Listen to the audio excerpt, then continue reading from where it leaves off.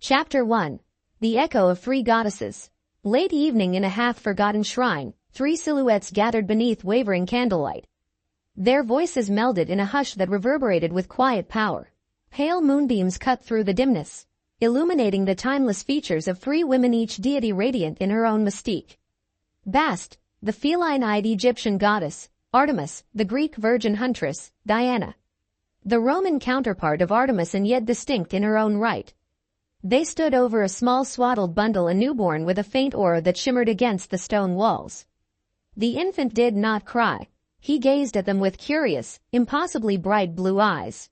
Bast bent down and whispered in a gentle purr, "You will be strong, my son. The primal instincts of the hunt shall always guide you." Artemis cradled the child next and placed a hand over the baby's forehead. "May the moonlight be your shield and sanctuary. Carry our lineage with pride." Diana gave a solemn nod. "We protect you now by sending you to a land where few will suspect your heritage. Live, thrive, and when the time is right, return to us." All three goddesses cast a final blessing.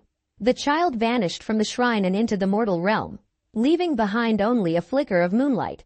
Morning in Konoha, Naruto's apartment. Naruto Uzumaki shot upright in his creaky bed, covered in sweat. Another dream? No, more like a flash of something ancient and powerful. In his half-awake haze, he swore he saw glowing eyes and the outline of a crescent moon, coupled with the sensation of a warm presence. He pressed the heels of his palms into his eyes, forcing himself to shake off the lingering images. "All right, Naruto," he muttered to himself, voice muffled by the rambling swirl of his thoughts. "Gotta get ready. Today's the day we meet our Jonin-sensei." He hopped off the mattress and yawned. The entire night had been restless, and yet he felt strangely energized, like his body was brimming with some unexplainable vitality. He wasn't about to question a good thing. Naruto rummaged around, quickly donning his bright orange jumpsuit. The garment made him stand out in the streets of Konoha, but for some reason he didn't mind the attention. In fact, he kind of liked being noticed. He scratched at the back of his neck. "Wish I had time for breakfast."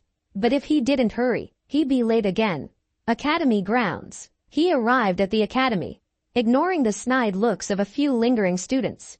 After graduating, everyone had been assigned three-man squads. Naruto's new team, Sasuke Uchiha and Sakura Haruno. He suppressed a grin as he slipped into the nearly empty classroom. Sasuke was perched near the back, arms folded, eyes cold. Sakura was at her usual spot near the front, looking over her show. Elder as soon as she heard Naruto's footsteps. "You're actually on time," Sakura teased, raising a brow. Naruto shot her a confident smirk. "I'm not always late, Sakura-chan." He flopped down into the seat next to her, leaning in with a flirtatious waggle of his eyebrows. "But you seem happy to see me anyway." Sakura blinked, cheeks warming slightly at his forwardness. She huffed and looked away. "In your dreams, Naruto." In truth, Sakura was thrown off by how relaxed he seemed. It wasn't the usual boisterous Naruto who demanded attention by shouting. There was a new poise about him. Sure, he was still loud, but there was a subtle difference she couldn't put into words. Meanwhile, Sasuke glowered at the front of the classroom. He could sense something odd about Naruto these last few days, especially right after the graduation exam. He'd glimpsed Naruto pulling off the shadow clone jutsu as though it were child's play. Then there were those rumors. Naruto single-handedly faced Mizuki, an academy instructor turned traitor. With an almost inhuman level of skill, Sasuke narrowed his eyes. "Ch. Naruto turned in his seat, uncaring of Sasuke's dark expression. He leaned back lazily, the edges of his mouth curling. He always knew the Uchiha to be aloof, but something about the tension between them fed Naruto's competitive side. Sakura broke the silence. "So, I heard our sensei is super late. Like, he's notoriously tardy for everything." Naruto shrugged. "If we have time, maybe we can chat." "About what?" Sakura asked, suspicious. Naruto smirked and wiggled his eyebrows again. "Oh, you know, stuff. Maybe if you'd like to go get ramen after this, or..." Sakura pressed a hand to his face, pushing him away gently. Her cheeks reddened. "In your dreams, Naruto," she repeated. Still, shish. He noticed a strange tingle when she shoved him back. She found herself momentarily intrigued by his closeness, but brushed that thought aside. Meanwhile, from the corner of the room, Sasuke watched their banter. A small furrow formed between his eyebrows. Naruto was acting too cocky for someone who used to be an outcast. Rooftop of the academy. When Kakashi Hatake finally arrived hours late, he led Team 7 up to a quiet rooftop. A mild breeze swept across them. Kakashi introduced himself in his usual bored drawl. So, why don't you kids tell me about yourselves? Likes, dislikes, dreams for the future, hobbies, you know. Typical stuff. Naruto sprawled on the steps, arms behind his head. I'm Naruto Uzumaki, future Hokage. I like ramen. Training. He paused, recalling the swirl of strange dreams he'd been having. But he had no intention of revealing that, and proving everyone who doubted me wrong. He grinned, then added with a playful wink in Sakura's direction, I also like teasing my cute teammates. Sakura gawked. Her cheeks flared pink again. Sasuke spoke next, typical short answers focusing on revenge and restoring his clan. Then Sakura, with the usual Auri praise for Sasuke and a more reserved statement about improving her skills. Kakashi eyed Naruto, something flickering in his single visible eye. Well, looks like we have an interesting group. We'll start real missions tomorrow. But first, he scratched the back of his head. There's a survival test you need to pass.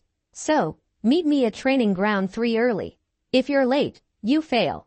Survival test, Sakura asked. Kakashi turned away, ignoring the question. Oh, and don't eat breakfast. You'll just throw up. Naruto frowned. Something in Kakashi's tone felt like a casual threat. A playful but real test of their abilities. Later, streets of Konoha. Naruto wandered through the bustling marketplace. The scents of grilled fish and freshly baked sweet buns drifted on the air. Stomach growling, he fought the urge to buy something, but Kakashi's words rang in his head. It was probably some tactic, but he didn't want to risk failing. A group of chattering young kunoichi in training passed by, giggling. Naruto gave them an easy smile, enjoying the attention when one or two cast him an appraising glance. He walked on, trying to stifle the sense that something was changing inside him. It was subtle, like a confidence that extended beyond the usual bravado. He almost tripped over a stray cat that dashed into his path. With reflexes he barely thought he had, Naruto hopped gracefully over the cat, landing lightly on his toes. Hey, he flashed a cocky grin at the startled shopkeeper who'd been watching. Didn't see that one coming. Kids got moves, the shopkeeper muttered with a mix of surprise and grudging respect. As he strolled, Naruto caught sight of a familiar face. Enko Mitarashi, the kunoichi known for her brash personality. She was leaning against a dango stand, devouring a well. If it isn't the dead last turned official genin, she teased when she noticed him. You on some top secret mission to devour all the ramen in the village? Naruto chuckled. I wouldn't call it top secret, but I might be unstoppable in that mission. Enko laughed openly. She wasn't used to Naruto's playful banter. She remembered him as the hyperactive knucklehead, sure, but something about his posture. That glint in his eye, it was almost seductive. She licked a bit of sweet paste from her lips. Careful, brat, she said, stepping closer. Keep giving me that look and you might end up in over your head. Naruto shrugged, feeling a surge of boldness. I'm not afraid of a challenge. She raised an eyebrow. Oh, you're definitely braver than you used to be. Folding her arms, she gave him a slow once-over. Tell you what, if you survive your first Jonin test, maybe I'll show you a thing or two. Like real shinobi techniques, she winked, or something else if you dare. Naruto's heart thumped faster, but he kept his composure. I'll hold you to it, he said. In a sudden, impulsive move, he leaned forward and pecked her cheek, quick and audacious. Enko's eyes widened. For a second, neither of them breathed. Then she let out a bark of laughter that turned a few heads. Oh, you have no idea what you're getting yourself into. Naruto felt a thrill shoot through him, part excitement, part pure adrenaline. He just flashed another confident grin and stepped away. See you around, Enko-chan. She shot him a playful glare. Don't call me Chan, I'm your senior, she called after him. But there was a noticeable lift to her tone. As Naruto headed home, He could feel his pulse racing. He might have just flirted with a notorious special Jonin and enjoyed it. He realized, with a strange calm, that this new boldness felt natural. But beneath the bravado, questions bubbled. Where was all this coming from? Nightfall. Naruto's apartment. Darkness settled over Konoha, the moon hanging low in the sky. Naruto lay awake on his bed, eyes fixed on the ceiling. A wave of drowsiness hit him, tugging him into dreams he wasn't sure he wanted to see. And yet, it came anyway. He found himself standing in the center of an endless forest. The trees were colossal, their branches reaching up into a star-studded sky. A full moon bathed everything in soft silver light. Naruto glanced down, surprised to see his attire replaced by simple, ancient-looking garments. No bright orange jumpsuit, just a tunic of sorts, sandals strapped to his feet. A voice purred behind him. You move well for one so young. Naruto spun around. A tall woman with bronze skin and cat-like eyes regarded him. Her sleek black hair framed her face in a way that was both regal and intimidating. Who are you? He whispered. She stepped closer, her movements impossibly graceful. You know me. You've always known me. Her eyes glowed with faint gold. Bast, though in your land, that name may mean little. But to you, child, she paused, studying him with undisguised pride. I am one of your mothers. Naruto blinked, confusion knotting his stomach. That's impossible. Yet he felt an undeniable pull toward her. The moment she said, Mother, warmth radiated in his chest. Bast lifted a hand, brushing her fingers across his cheek. There will come a time when you must embrace what you are. But for now, grow. Learn the ways of the shinobi. And know we're watching. Naruto wanted to ask more questions, but the forest shimmered, draining color as if it were an old painting losing its pigment. Then, he was falling back into darkness, her golden eyes lingering in his vision. Pre-dawn. Training ground free. Naruto woke earlier than he'd planned. The dream still weighed heavily on his mind, but he shook it off as best he could. He hustled over to the training ground, arriving well before Sakura or Sasuke. A crisp wind swept through the clearing. He tilted his head back, looking at the pale sky. That was no ordinary dream, he muttered, rubbing his temples. He remembered the name, Bast. But that was from distant myths, right? Egyptian or something. He'd only ever caught glimpses of such stories in books. Mother, that's insane. Moments later, Sakura arrived, hair slightly disheveled, face set with determination. She paused, noticing Naruto's presence. You're early again, he smiled. Yeah, figured I'd get a head start. Something told me I wouldn't want to be late today. Before she could question him further, Sasuke dropped down from a nearby tree limb, silent as a cat. His dark eyes flicked between them. You're both earlier than I expected. Sakura tried to act casual.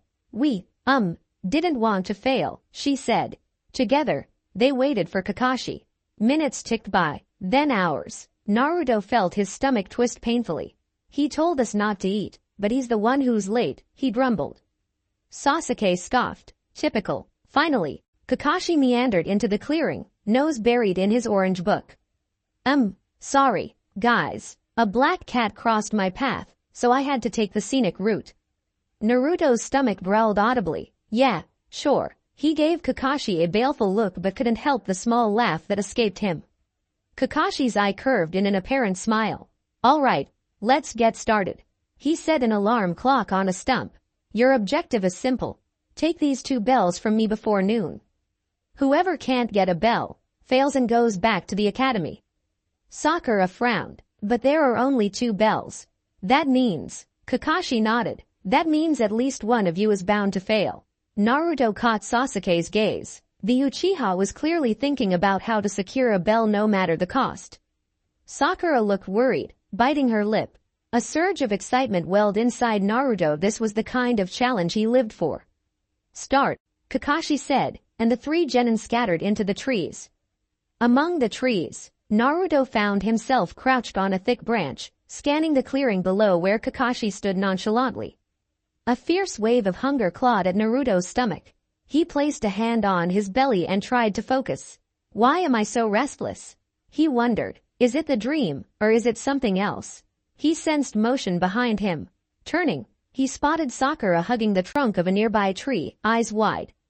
She signaled him to keep quiet. Any plan? She mouthed. Naruto considered. Maybe we can coordinate. He beckoned her over. He wants us to fight individually so we fail. Let's be real, I don't think we stand a chance alone. Sakura nodded. Sasuke's probably already trying something on his own. But if we keep messing around, we're all going to fail. From below, Kakashi's voice echoed. Come on, you guys. If you wait too long, you'll lose by default. Sakura's eyes flicked to Naruto. So, Before she finished, Naruto felt a burst of movement from the clearing. Sasuke had launched an attack, shuriken flying at Kakashi's back. Kakashi vanished in a blur, dodging them easily. Sakura gasped. He's so fast. Naruto's heart thundered. Something about the chase, the tension, made him feel alive. He gave Sakura a quick grin. Let's back Sasuke up. They sprinted down into the clearing just as Sasuke engaged Kakashi in close combat. The Jonin lazily blocked Sasuke's punches and kicks, not even taking his gaze off his little orange book. Sasuke ground his teeth. Stop reading. Kakashi glanced up, half bored, half amused. Now, I'm gathering intelligence on your moves. Or maybe I'm just enjoying my story. Naruto formed a seal, shadow clone jutsu. A dozen replicas of Naruto surrounded Kakashi, converging on him in an instant. Not bad, Kakashi said, flickering between clones. In seconds, most of them puffed out of existence. But one got a lucky sweep in, forcing Kakashi to twist his body. Sasuke took that opening to hurl EET. Within the choking cloud, silhouettes darted. Naruto coughed, eyes stinging. He saw a single glint of movement. There, he lunged, fingers grasping at the small silver bell on Kakashi's hip. But he found only empty air. A sharp jab hit Naruto's side, sending him stumbling. Close, came Kakashi's mild voice through the dissipating smoke. But not quite there yet. Sakura leapt in from behind, kunai aimed at Kakashi's shoulder. He deflected with startling ease. She landed, trying to regain her balance, only for Kakashi to slip behind her and press a kunai to her throat. All right, Kakashi said, voice calm but authoritative. That's enough for now. Naruto and Sasuke froze, hearts pounding. Kakashi let go of Sakura with a light push and stepped back. You're too disorganized, he lectured. You came at me, but you didn't combine your strengths effectively. Naruto's clones are good. Sasuke's taijutsu is decent. Sakura has quick thinking. But you didn't unify your attack. A deep frustration flared in Naruto's chest. He clenched his fists. He could feel a stirring inside him like a caged beast wanting out. Focus, Kakashi-sensei, Naruto said, a hint of challenge in his tone. We'll get those bells. Kakashi's eye crinkled. You have until noon, Naruto. I look forward to your next attempt. Small break. Edge of training ground free.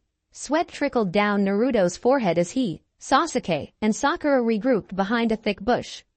Sasuke's eyes were dark with annoyance. We're running out of time. That masked freak is just toying with us. Sakura chewed her lip. He said we're too disorganized. Maybe we should actually fight together this time. Naruto's gaze flickered between them. Works for me. I've got an idea. He outlined a quick plan to use his shadow clones as a feint while Sasuke pinned Kakashi down with fire jutsu. Sakura, with her precise chakra control, would be the backup to snag the bells in the chaos. Sasuke nodded curtly. Sakura swallowed but nodded as well. They emerged, hearts pounding. Naruto launched another wave of shadow clones. Take him down, he yelled. The clones charged in, forcing Kakashi to engage them head-on. Sasuke rushed forward, weaving signs, fire style, fireball jutsu. A surge of flame erupted, bright and intense. Kakashi flipped high into the air to avoid the blaze, only to find 3 Narutos waiting for him mid-leap, kunai in hand. Kakashi grunted, blocking one kunai with a metallic clang, knocking the second aside with his forearm. But the third one's kunai nicked the cloth of his vest. Sakura lurked at ground level, waiting to time her move perfectly. The second Kakashi landed, she dashed in and seized the bells. Kakashi saw her from the corner of his eye and smirked. A solid plan, he murmured. Then, in a sudden blur, he twisted his body and flickered behind the clones. The next instant, Naruto's real body felt a firm hand grip his wrist, twisting it just enough to break his momentum. Naruto hissed in pain, the bell tantalizingly close. Sakura dashed in, but Kakashi slid sideways, forcing her to collide with Sasuke. They both tumbled over each other, bell out of reach. The alarm clock in the distance started ringing. Kakashi gave them a moment to catch their breath. Then he clasped his hands, and the entire area suddenly bristled with tension. "Time's up," he announced. "None of you got the bells." Sakura's face fell. Sasuke cursed under his breath. Naruto stared at the ground, anger lancing through his chest. For a second, a primal snarl threatened to slip from his throat, but he controlled it. Kakashi exhaled. "The good news is, none of you are going back to the academy." Their heads snapped up in unison. "What?" Naruto asked. Kakashi pressed the stop button on the clock. "True test. Teamwork. You might not have succeeded perfectly, but you attempted a combined strategy in the end. That's more than many do on their first go." He sighed, glancing at the battered ground. "However, you need to learn that a shinobi who breaks the rules is scum, but a shinobi who abandons their comrades is worse than scum." He paused, leveling a serious gaze at them. "You tried to work together, so I'll give you a pass. But remember, from now on, do it better. We'll do more missions and see if you truly can grow as a team." Relief washed over Sakura, and even Sasuke looked less tense. Naruto's grin returned in full force. "So we're officially Team 7. Kakashi tucked his hands into his pockets. "Yeah, we'll start real missions tomorrow. Don't be late." Naruto felt exhausted but thrilled. Sure, he hadn't snagged the bell, but he survived the test. And the sense of raw energy that bubbled inside him, well, that was another story. Afternoon. Ichiraku Ramen Stand. Despite Kakashi's earlier instructions, Naruto's hunger finally got the best of him. He dragged Sakura, who was too hungry to argue, and Sasuke, who came begrudgingly, to Ichiraku for a celebratory bowl. Chuki, the ramen chef, gave Naruto a friendly wave. "Hey, Naruto." "The usual." "You bet, old man." Naruto rubbed his hands together. "And add extra pork. I'm starving." He glanced at Sakura. "My treat, by the way." Sasuke sat a bit away, arms folded, glancing at them from the corner of his eye. He was still mulling over Naruto's sudden surge of skill. The Dobi had always been behind him. Yet today Naruto nearly laid hands on Kakashi. It gnawed at his pride. Sakura fiddled with her chopsticks, occasionally giving Naruto sideways glances. She recalled how he had leapt in tandem with his clones, his movements fluid, sharper than she expected. Something about him felt mature. She wondered if that was the right word. Naruto slurped up noodles with gusto. So good. For a moment, all worries were drowned by the delight of warm broth. Ayame, Chuki's daughter, offered a bright smile from behind the counter. "Good to see you with your new team, Naruto." Naruto couldn't resist returning her smile, maybe a bit more flirtatious than usual. "Always great to see you, Ayame-chan." She blushed faintly, giggling as she poured more tea for him. Sakura owed the exchange and felt a strange twist of jealousy. She put on a huffy expression but said nothing. Once they finished eating, Naruto patted his belly contentedly. "All right, I'm heading out. Got to do some training before calling it a day." Sasuke rose. "Chan, do what you want." He left without further comment. Sakura lingered, torn between following Sasuke and maybe hanging out with Naruto. Ultimately, she shook off the notion and hurried after Sasuke with a quick goodbye to Naruto. Dusk. Forest edge near Konoha. Naruto found a secluded spot among the tall trees, deciding to practice alone. The dream with Bast still weighed on him. If it was real, if that woman was truly some divine figure claiming to be his mother, what did that make him? He inhaled deeply, then formed a single shadow clone. "Let's see if I can push my reflexes." He and the clone squared off, throwing punches and kicks with a speed that escalated by the second. Naruto's moves felt strangely intuitive, as though he'd done this dance 100 times. The snap of a twig behind him caused him to pivot instantly, kunai in hand. A startled deer stared back at him. Naruto relaxed. "Man, I'm jumpy." Glancing at the sky, he saw the moon rising. Its pale glow seemed to resonate within him. For a moment, His eyes felt sharper, detecting every detail of the forest. He could even hear the rustle of small critters in the underbrush. It was exhilarating, but also perplexing. This can't be normal, he thought. But if I'm actually hard something else, does it matter? He exhaled, letting the tension drain from his shoulders. The day had been full of surprises. He'd flirted more boldly, shown a new edge in combat, and glimpsed a piece of a secret that might change his entire life. Despite the confusion, a sense on his chest, he was Naruto Uzumaki, and he was done letting the world define him as some no-name outcast. Whether he was human or something more, he'd forge his own path. A faint breeze carried distant scents of wildflowers and damp earth. The moon, fully risen now, lit the clearing in silver. As Naruto prepared to leave, he caught sight of a slender shadow flickering between the trees. He tensed, but when he looked closer, the figure was gone. His heartbeat pounded. Am I being watched? Turning on his heel, he began walking back, each step echoing with the promise of future revelations and future battles. He had a sense that his journey was only beginning, and the next chapters in his life would be more chaotic and thrilling than anything he'd imagined. But if trouble came knocking, be it human, ninja, or something divine, Naruto would be ready. Late night in Konoha, rooftop overlook. Perched atop a quiet building, Kakashi watched Naruto slip back into the village. The copy nin's single visible eye softened with curiosity. Such unusual growth in one so young, he murmured. And that presence around him, like something is guiding him. He closed his beloved orange book and rose, the full moon at his back. Time will tell, Naruto. Time will tell. End of Chapter 1. Chapter 2. Trials and Transformation. Late afternoon sunlight slanted across the streets of Konoha, igniting patches of gold on the dusty roads.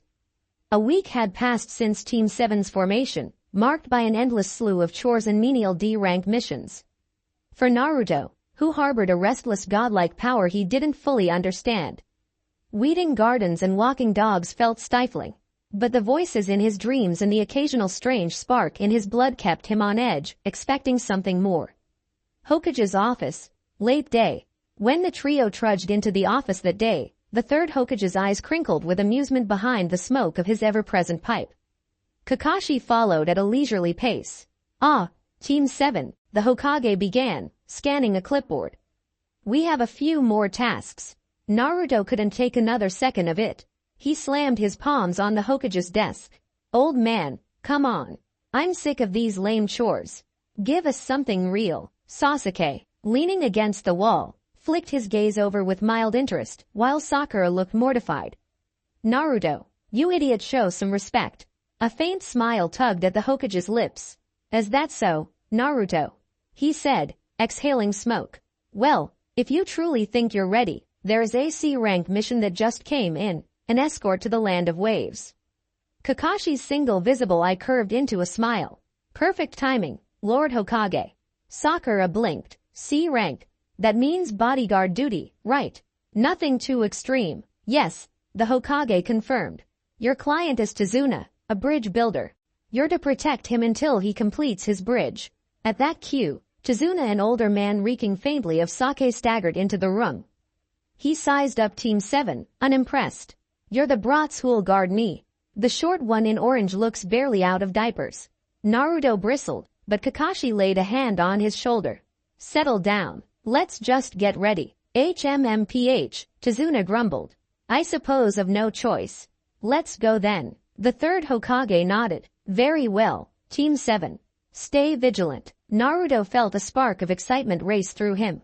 Finally, something real. Gate of Konoha. Departure. They gathered the next morning at Konoha's main gate, Tazuna already impatient. Naruto carried his pack, mind buzzing with anticipation. He shot Sakura a grin. You ready for some real action? She nodded, trying not to show her nerves. Sasuke, as usual, simply gave a curt, HMPH. Kakashi was late as always, but eventually strolled up, hands in pockets. All right, Kakashi said. Let's move out. They walked along the road out of the village, quiet farmland rolling into distant forests. As they traveled, Naruto felt that old thrill, the same sense of primal hunger he'd experienced sparring with Kakashi. He had a weird hunch this mission would prove more dangerous than advertised. Forest Road, midway to waves. Hours later, the heat of midday settled in. Chizuna complained about the humidity, occasionally swigging from a small flask. Naruto, who usually chattered non-stop, found himself strangely focused on the environment. Every shift in the wind, every rustle of leaves, he noted them all. So sensitive lately, he thought. Is this part of that weird heritage I keep dreaming about? An uneasy feeling swept over him. He glanced at a puddle in the middle of the road, a suspicious sight given the day's scorching sun. Instinct flared. Naruto whipped a kunai from his pouch. Kakashi-sensei, he yelled. At that moment, two shapes burst out of the puddle, chains whirling. They were masked shinobi with metal gauntlets.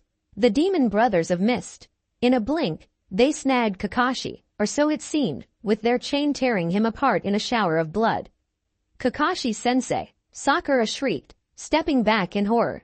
Sasuke sprang into action, launching himself at one of the demon brothers with ruthless efficiency. Meanwhile, Naruto felt an uncanny surge within his veins. Fear spiked his adrenaline. But so did something else, a primal fervor. He leapt forward in a blur. The first attacker blocked Sasuke's kick, but Naruto was already behind them, flipping midair and kicking the second in the face.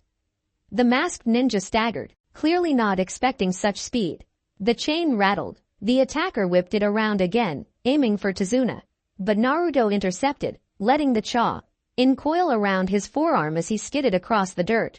Instead of being yanked off balance, Naruto wrenched the chain in the opposite direction.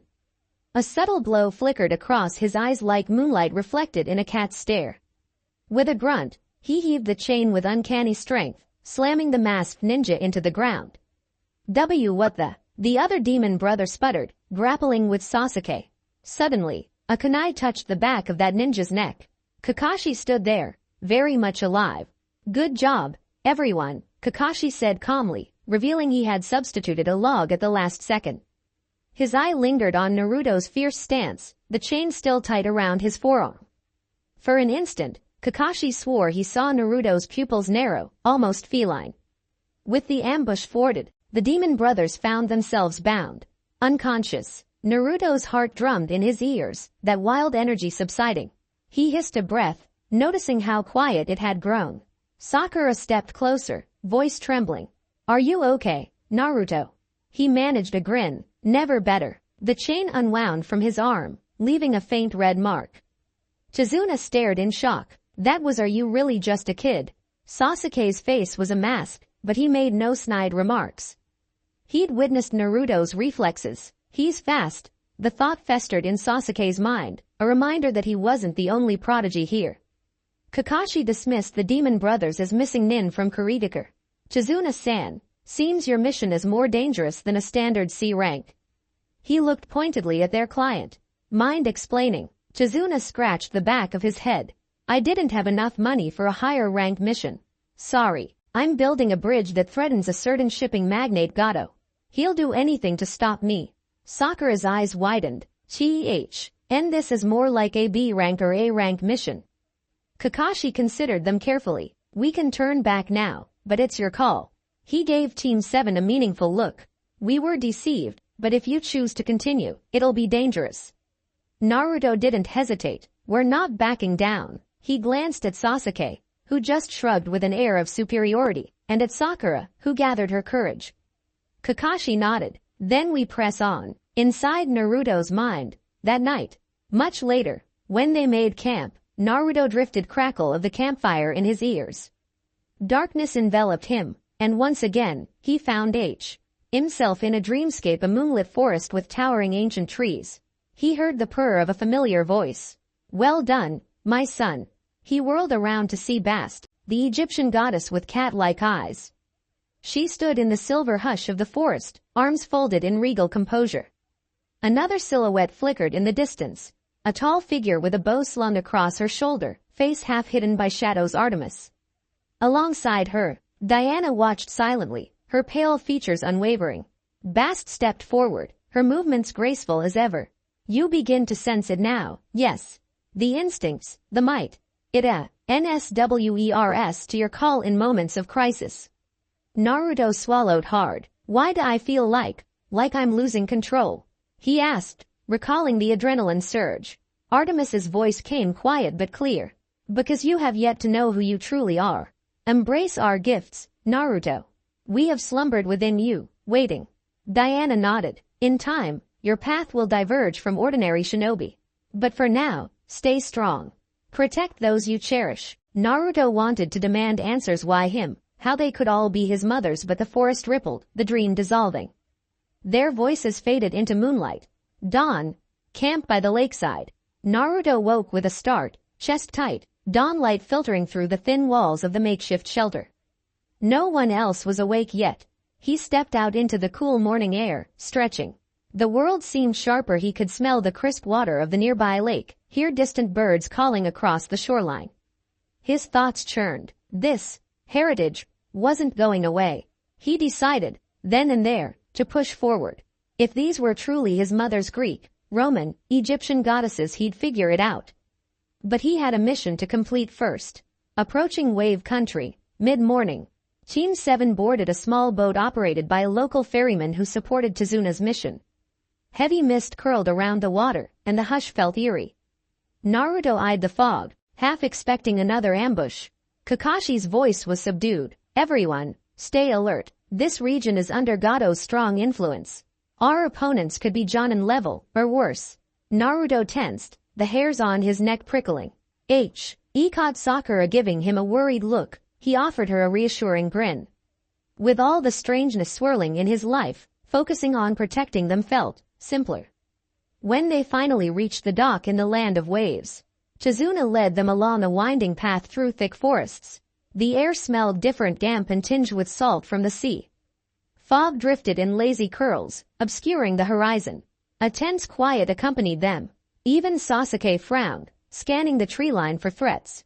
Sakura stepped close to Naruto, her hand occasionally brushing his sleeve. He didn't mind. Some primal part of him bristled protectively at the thought of her being in danger. Suddenly, Kakashi halted, dropping into a defensive stance.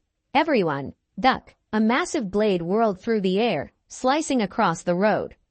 They dove aside, hearts pounding, as the sword embedded itself into a tree trunk with a resounding thunk. A figure landed gracefully on the blade's hilt, a tall man with spiky hair and bandaged lower face. His headband bore the mark of Kuritaker, crossed out. Zabuza Momochi, the demon of the hidden mist. Battle on the path. Hand over the bridge builder, Zabuza commanded, voice resonating through the thick fog. I won't ask twice. Kakashi pulled his Hitaiate up, revealing his Sharingan. Team, protect Tezuna. This enemy is on another level. Sasuke's blood thrummed. A real fight. He crouched near Tezuna, ready to intercept. Sakura positioned herself at Tezuna's other side, trembling but determined. Naruto felt that adrenaline again, a wave of eagerness to clash. He slid beside Kakashi, eyes set on Zabuza. Let's go. Zabuza snorted. Cocky brat. He blurred forward, weaving through hand seals. A swirling vortex of water manifested, lashing out at Kakashi. The copy ninja countered with his own water-style technique. The collision of jutsu whipped the air into chaos. Mist thickened, making it hard to see more than silhouettes. Naruto found himself separated from the others, scanning the swirling fog. Something about the haze sharpened his senses, ironically making his hearing and smell more acute. He heard water drip, a shift of footsteps to his right. He whirled, arms raised, but it was only Sakura.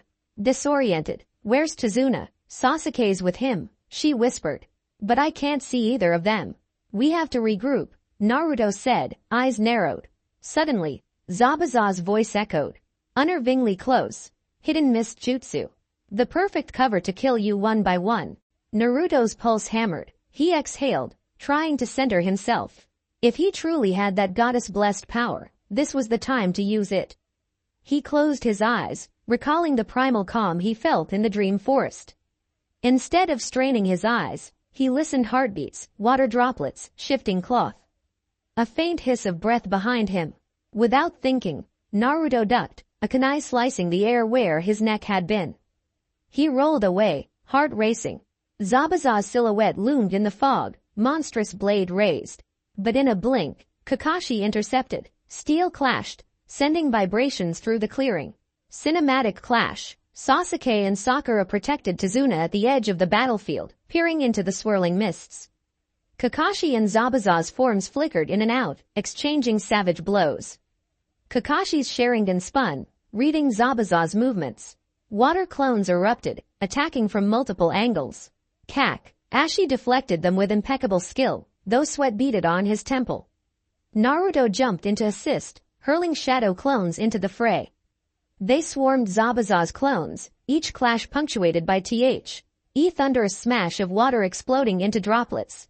Still, Zabuza managed to catch Kakashi in a water prison, a swirling dome of liquid that trapped the Jonin's arm and entire body. The real Zabuza sneered, "I've got you now, Sharingan hero." With Kakashi immobilized, the watery orb churning around him, the rest of Team 7 found themselves in grave danger. Naruto's determination. Fear licked at the edges of Naruto's mind. This was a Jonin-level fight, and yet he felt an odd sense of clarity. If he didn't do something, Kakashi might drown in that water prison, and Tazuna Sakura would be unguarded. Naruto locked eyes with Sasuke through the mist. A silent understanding passed between them. The two of them might clash personality-wise, but here on the battlefield, they shared the same drive, win or die. With Sasuke's help, Naruto formed a plan on the fly. Sasuke would feign a frontal assault, forcing Zabuza to focus on him, while Naruto used clones to slip behind. The water on required Zabuza's continuous chakra control, meaning he had to keep his hand in the orb. If they could force him to move that hand even an inch, Kakashi would be freed. Now, Naruto barked. Sasuke launched a flurry of shuriken at Zabuza. The mist nin sneered, easily blocking with his giant sword. But in that split second, two Naruto clones rose from the water behind him, each grabbing for Zabuza's arm. The real Naruto burst out from the lake's surface in front, aiming a kunai at Zabuza's chest. Zabuza cursed, trying to jerk away. His grip on the water prison loosened. Kakashi took the chance, forcing his way out of the liquid sphere. Water splashed everywhere in a torrent. Free at last, Kakashi gasped for air, Sharingan blazing. Well done, he managed, before slamming a lightning-fast kick into Zabuza's side. The rogue shinobi skidded backward, a snarl twisting his lips. Seeing the tables turn, Zabuza formed new hand seals. "I won't be bested by a bunch of brats." His chakra spiked dangerously. Water Dragon Showdown. A colossal dragon-shaped torrent surged from the lake, roaring toward Kakashi. Unstoppable. Then Kakashi mirrored the seals, conjuring a matching dragon of water that collided with Zabuza's jutsu in a tumult of spray. The clash reverberated, waves of force toppling nearby trees. Naruto shielded his eyes from the spray. He glimpsed Kakashi weaving signs with a speed that matched Zabuza's perfectly, a testament to the Sharingan's copying prowess. But as the dragons cancelled each other out, Zabuza reeled, wounded from Kakashi's earlier counterattack. He panted, glaring, "I won't lose to you." Suddenly, a Senbon needle whizzed through the air, lodging in Zabuza's neck. He froze, eyes wide, before collapsing in a heap. "What the?" Naruto whirled to say. A masked figure perched in the trees, someone wearing a hunter nin mask from Kurigakure. The newcomer spoke softly. "Thank you. I've been tracking Zabuza for quite some time." With startling grace, the masked ninja retrieved Zabuza's body and vanished into the mist. Kakashi lowered his guard only slightly, breathing hard. "A Kiri hunter nin, apparently. That solves one problem." Sasuke exhaled, tension flooding out of him. "So, is it over?" Kakashi's eye narrowed. "For now, let's take Tazuna to safety." Tazuna's house. Safe haven. By the time they reached Tazuna's home, the day was waning. A modest dwelling by the water's edge. It served as a temporary refuge. Tazuna's daughter, Tsunami, greeted them anxiously. "Father, are you hurt?" she exclaimed, pulling Tazuna into a quick embrace. "I'm fine," Tazuna assured. "Thanks to these shinobi." Naruto's eyes flicked to Tsunami. She was a pretty woman with a gentle smile, though worry lined her face.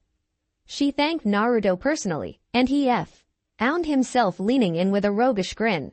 "We'll keep him safe, don't worry." She blushed slightly. "I appreciate that, Naruto-kun." A part of Naruto reveled in the interaction. Sure, he was exhausted, covered in bruises. But the gratitude of a beautiful woman made it easier. He didn't shy away from returning a small flirtatious wink. Sakura huffed softly, crossing her arms. What a shameless flirt, she muttered. But behind her mild irritation, she felt a confusing pang. Kakashi, ignoring the interplay, quickly offered instructions. We'll stay here until Tazuna finishes his bridge. But we must be on guard. There may be more enemies. Tsunami directed them to small bedrooms where they could rest. Naruto, still buzzing with leftover energy, decided to step outside for fresh air. Outside Tazuna's house, evening. He found Tsunami on the porch, gazing at the glimmering waves.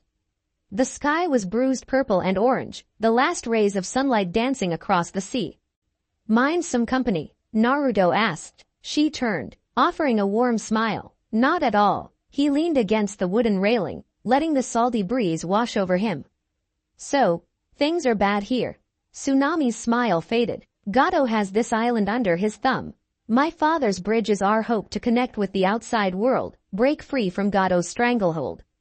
But we're all scared. Naruto exhaled. We'll do whatever we can to help. He caught her eyes, saw the flicker of relief there, and felt a surge of protectiveness. Without hesitation, he reached out and placed a hand lightly on hers. Trust me, Tsunami's cheeks warmed. She was older than him, sure. But Naruto's aura, confident yet kind, made him feel more mature than most grown men she knew.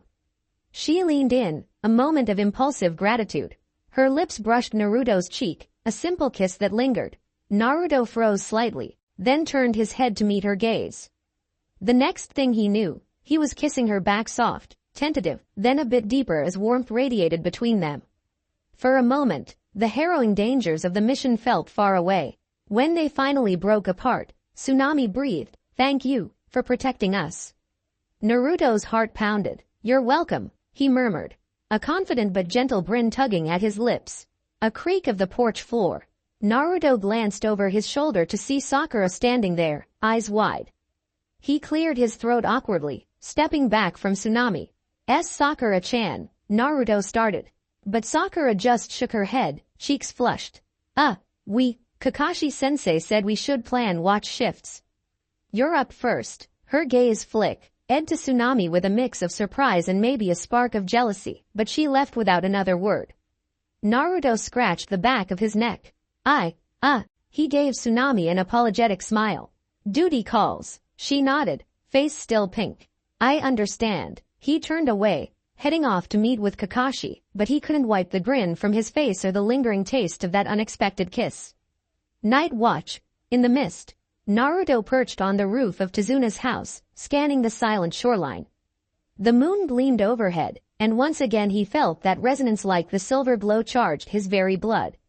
His thoughts drifted to the day's events. The savage clash with Zabuza, the cryptic dream with Bast, the masked hunter Nin's sudden appearance, and now Tsunami's unexpected kiss. A swirl of emotions churned in his chest: excitement, confusion, desire, determination.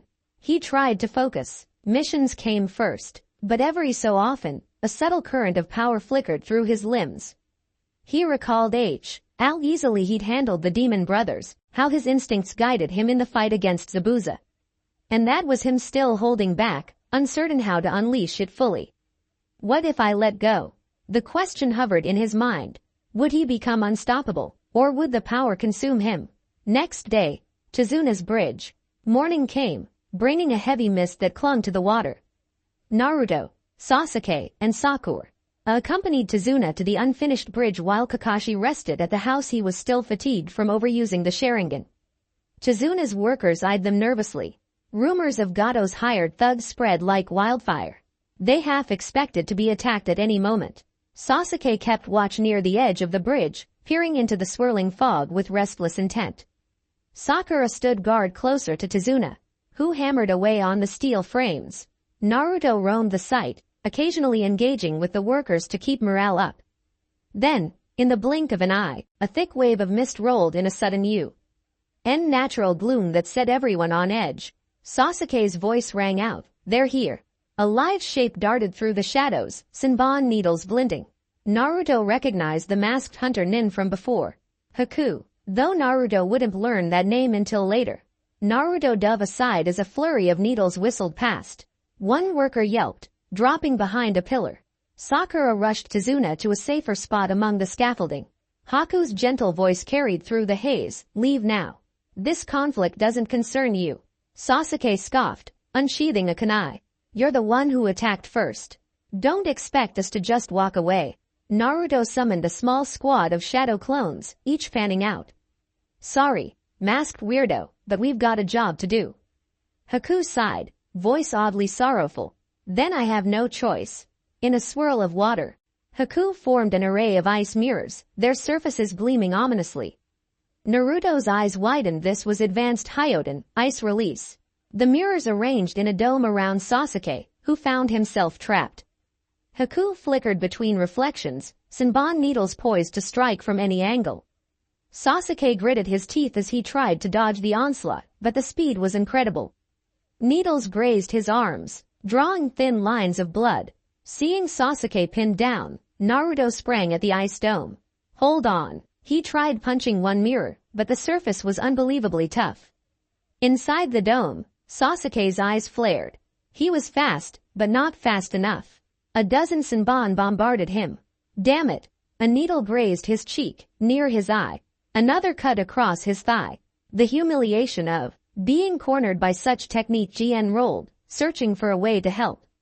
Suddenly, a swirl of water signaled a second presence, Zabuza. A bandaged wound wrapped around his neck, but he was clearly alive, thanks to Haku's staged death. "Long time no see," Zabuza growled, brandishing his massive sword. He advanced on Tizuna, who stood at the far end of the bridge with Sakura.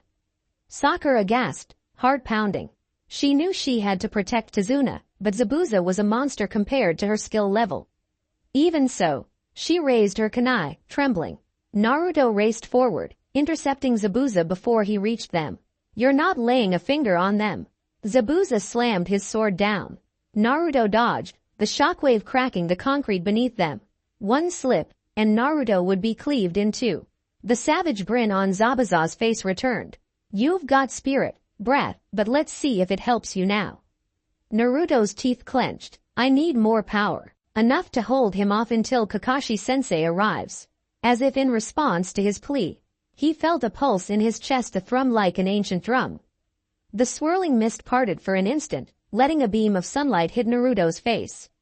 In that moment, Zabuza lunged, sword-cutting arcs through the air. Naruto twisted aside, a hair's breadth from death. He conjured a half-dozen shadow clones, each harassing Zabuza with reckless abandon. The clones attacked from multiple angles, forcing Zabuza on the defensive for a split second. Then, from the corner of his eye, Naruto saw Sasuke stumble inside the ice dome. Blood trickled down the Uchiha's brow. Haku readied another barrage of needles, aiming to finish him off. "Sasuke!" Naruto roared. Without thinking, he flung himself into the dome's perimeter, actually phasing through one mirror in a burst of unnatural speed. Haku's eyes widened behind the mask, startled that Naruto had broken into the jutsu. Sasuke coughed, dropping to one knee, relief flashing across his face at Naruto's arrival. But the respite was short-lived. Haku's illusions flickered, needles soared, unleashing the primal power. Time seemed to slow for Naruto. He saw the needles coming, the dread in Sasuke's eyes. This was it. If Naruto couldn't stop them, Sasuke would die. In the back of his mind, he heard Bast's purring whisper, "Embrace your instincts." Naruto's vision sharpened, pupils contracting. He let out a guttural snarl, raising his arms. A flicker of silver light traced across his skin, forming ephemeral patterns reminiscent of a cat's stripes. Then it faded almost as quickly as it appeared. Yet it was enough. He blurred into motion, swatting or dodging most of the needles with inhuman reflexes. 2 or 3 struck him, but they barely slowed him down. He charged Haku, forcing the masked shinobi to retreat deeper into the mirror labyrinth. Sasuke gaped in disbelief. "Is that Naruto?" Haku's voice trembled with surprise. "Those reflexes, are you human?" Naruto's eyes glowed faintly, an echo of moonlight. "I don't know," he growled. "But I won't let you hurt my comrades." He lunged, smashing a fist into one of the mirrors. Fine cracks webbed across its surface. Haku's technique was strong, but not unbreakable under this new onslaught. Another barrage of needles came, slicing at Naruto's arms and shoulders, drawing blood. He barely flinched, Haku vanished into another mirror. You push me to use my full speed. The dome shimmered, and the next wave of attacks was a blur of silver streaks. Naruto winced as multiple Senbons sank into his flesh. He stumbled but refused to fall. Sasuke, galvanized by Naruto's display, forced himself upright. Something within Sasuke stirred, a glimmer of the Sharingan forming in one eye, spurred on by desperation. He managed to intercept a few needles heading for Naruto's blind spot, batting them away with a kunai. Idiot, watch your back. Naruto shot him a pained grin. Thanks. With Sasuke covering him, Naruto mustered his swirling chakra, an intimidating mix of his normal reserves and that intangible ancient force. He shaped a small cluster of clones. Together, they hammered at the mirrors in a synchronized barrage, each clone taking advantage of Sasuke's partial Sharingan warnings. A final impact shattered one mirror. Spiderweb cracks spread to the adjacent reflective panels. Haku gasped, losing the stable structure of the dome. The jutsu collapsed in a rain of broken shards. Outside, Zabuza realized Haku was in trouble. Useless, he snarled. Then he turned back to see a battered but furious Sakura standing her ground, Tazuna behind her. Zabuza raised his sword only for Kakashi to appear, adrenaline overshadowing his fatigue, intercepting the blow. You again, Zabuza growled, frustration twisting his features. Kakashi's voice was calm but lethal. This ends now. Haku's retreat. Amid the broken remains of the ice mirrors, Naruto and Sasuke advanced on Haku. The masked shinobi wobbled on his feet, drained from overusing the Kekkei Genkai. Blood trickled down one arm. Naruto raised his kunai, breathing hard. Stand down. Haku's masked eyes locked onto Naruto. Something about Naruto's feral aura made Haku hesitate. Zabuza needs me, Haku whispered, voice laced with devotion. I cannot lose here. In one swift move, Haku hurled a smoke bomb. Gray haze enveloped the area. When it cleared, Haku was gone. Naruto cursed under his breath. He escaped. Sasuke collapsed to one knee. Exhaustion and blood loss taking its toll. Naruto quickly helped him up, concern overriding their rivalry. Hang on, Tem. You're losing a lot of blood. Sasuke wanted to protest, but could only grunt. I'm fine. Zabuza's fall. At the same time, Kakashi managed to outmaneuver Zabuza with a flurry of copied jutsu and brutal taijutsu. Weakened by his previous injuries, Zabuza couldn't match Kakashi's stamina. In a final strike, Kakashi's lightning blade, Reikiri, pierced Zabuza's sword arm, rendering him incapable of continuing. Zabuza stumbled, blood dripping from his wound. Before Kakashi could deliver a finishing blow, Haku reappeared, grabbing Zabuza and fleeing into the mist. The bridge fell into tense silence. Workers peered out from behind crates, terrified. Tazuna stood behind Sakura, wide-eyed. Kakashi sank to a knee, panting. They're gone again, but they won't be back soon. Not after those injuries. Naruto exhaled, relief and frustration mingling. He stared at the blood on his arms, some of it his, some from the needles he'd ripped out. The faint glow in his eyes had faded. Aftermath at Tazuna's house. They returned to Tazuna's home for treatment. Sasuke was laid out on a futon, eyes flickering. Sakura knelt beside him, carefully cleaning his wounds with trembling hands. Kakashi, though drained, managed to oversee first aid for Naruto's needle punctures. Naruto sat shirtless, letting Tsunami dab a damp cloth against his lacerations. She frowned at the injuries. You took so many hits. He tried to brush it off, though each twinge stung. I'm tougher than I look. Tsunami gave him a worried look. Then, gently, she placed a soft kiss on his forehead, ignoring the presence of others for the moment. Thank you, Naruto-kun, for defending us all. Sakura glanced up, the scene not lost on her. A complicated mix of envy and relief flickered in her eyes. She didn't speak, though, focusing on helping Sasuke. Kakashi noticed, but said nothing. He was more concerned about the raw power Naruto displayed. He's definitely changing, Kakashi mused. And not just because of the 9 tails, there's something else at work here. Nightfall. Quiet conversations. Later that night, the household settled into uneasy rest. Sasuke had stabilized, though he still needed to recover. Kakashi insisted on caution Zabuza and Haku might return. The threat of Gato loomed. But for now they had a brief lull. Naruto found himself on the porch again, staring out at the moonlit sea. Sakura joined him, hugging her arms against the chill softly, eyeing him. "How are you feeling?" He half smiled, a little sore, but all alive. "You," she swallowed, looking at her hands. "Scared, to be honest." "Zabuza, Haku, they're on a whole different level. And you?" She paused, voice quiet. "You fought like a madman. Are you sure you're okay?" Naruto considered telling her everything, that his mothers were literal goddesses and that he felt half-human some days. But the words wouldn't come. Instead, he laid a hand on her shoulder. "I'm fine. We'll get through this together." She nodded, stepping closer until she leaned against him. "Thanks for saving us all today."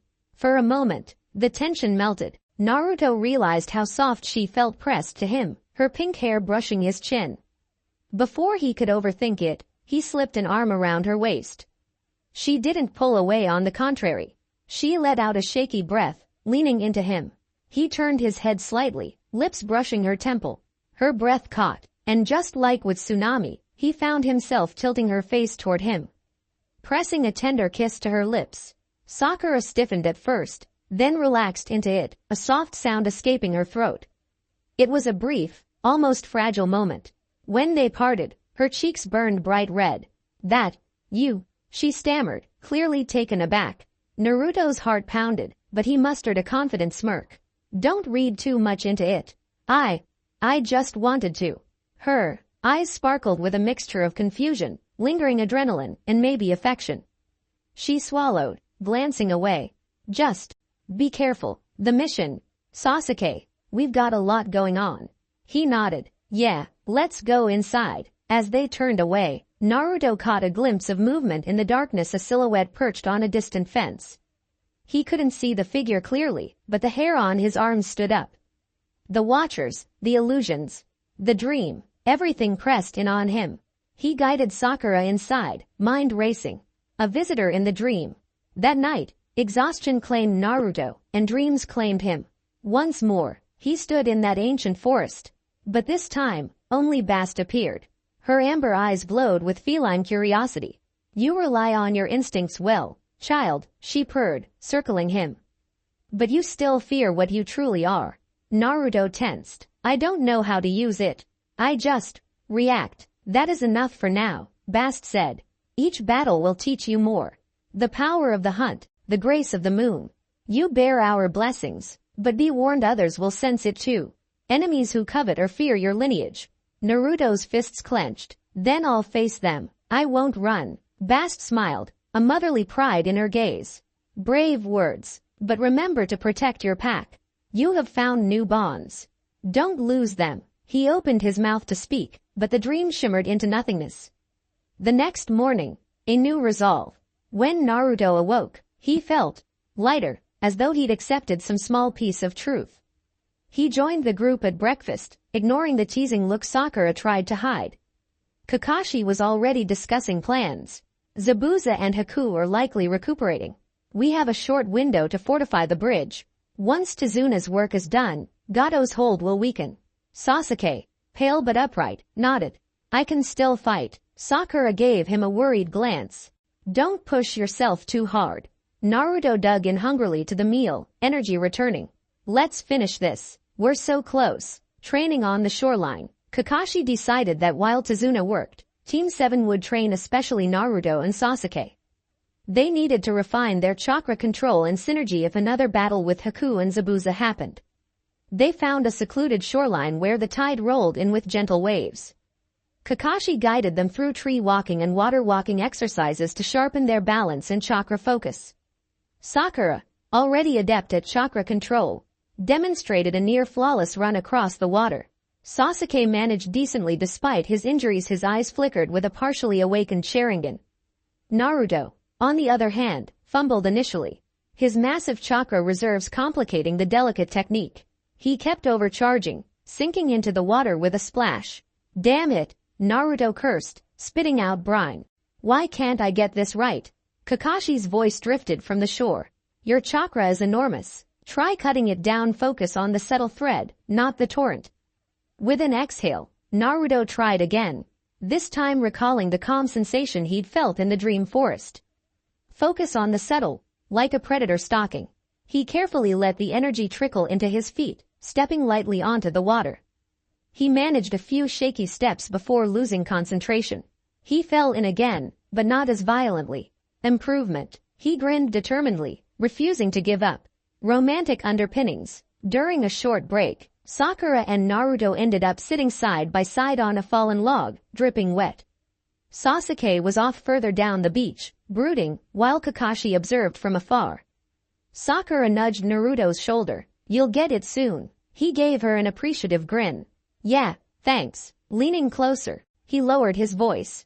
About last night, her cheeks pinkened. We were stressed, that's all. Don't go getting ideas. Yet she didn't move away, her gaze flicking to his lips for the briefest moment. Naruto smirked, remembering Tsunami's kiss and now Sakura's. He wasn't naive enough to think everything was settled, far from it. But he enjoyed the warmth of their closeness. If anything, that flicker of attraction fueled his determination. News of Gato's threat. By late afternoon, a villager hurried to Tazuna's house, breathless with panic. Word spread that Gato planned a final strike on the bridge. Rumors said he'd hired other mercenaries to finish the job and possibly target Tazuna's family. Naruto's blood ran cold, recalling Tsunami's worried face. I won't let him get to her. He gripped his kunai pouch tight, feeling that primal call again. Kakashi wasted no time. We'll split up. Sasuke, Sakura, you secure Tazuna and assist at the bridge. Naruto, you're with me. We'll guard Tsunami in her home. Naruto nodded firmly. Got it. Crisis at Tazuna's house. Night fell, the moon a pale disk high above. Naruto and Kakashi stationed themselves around Tsunami's house. Sure enough, Gato's hired thugs, a ragtag group of bandits, swept in, hoping to snatch Tazuna's daughter as a bargaining chip. The scuffle was brief but intense. Kakashi handled the bulk of them with terrifying efficiency, while Naruto cornered two who tried sneaking in a side window. These men weren't shinobi, just mercenaries, but they fought dirty. One brandished a nasty-looking chain, the other a crude sword. Hand over the woman, one snarled, yellowed teeth bared. No one gets hurt. Naruto's temper flared. Not a chance. He lunged, easily dodging the sword slash. With a swift kick, he knocked the weapon from the mercenary's grasp. The chain wielder tried to wrap Naruto's arm, but Naruto pivoted, yanking the chain and sending the thug stumbling. In a single fluid motion, Naruto kneed him in the gut. The man doubled over, coughing. Tsunami peeked from the house, eyes wide. She watched Naruto handle the intruders with lethal grace. A mixture of awe and fear. When it was over, Naruto turned to her, a grin on his face. All good. She rushed over, throwing her arms around him. Thank you, she whispered, voice trembling with relief. He hugged her back, ignoring the bloody chain at his feet. Anytime. Bridge showdown. The final push. Meanwhile, at the bridge, Zabuza and Haku launched their final assault. Agai. NST Tazuna in the half-completed structure. This time, Sasuke and Sakura fought with renewed resolve. Though battered, Sasuke's partial Sharingan gave him an edge, fending off Haku's ice mirrors. Sakura stayed close to Tazuna, intercepting stray attacks and using her keen intelligence. When Kakashi and Naruto arrived as reinforcements, the tide shifted. Kakashi engaged Zabuza once more in a deadly dance of blades and jutsu. Naruto rushed toward Haku, who already bore fresh wounds from clashing with Sasuke. Haku's masked eyes lingered on Naruto. I sense your conflict, a power that goes beyond shinobi. Naruto tensed. Don't push me, or you'll find out just how far it goes. Their fight escalated in a storm of ice shards and shadow clones. Sasuke joined in, the two effectively double-teaming Haku. For all his skill, Haku couldn't hold off the combined assault forever. Zabuza, realizing the futility, roared in frustration.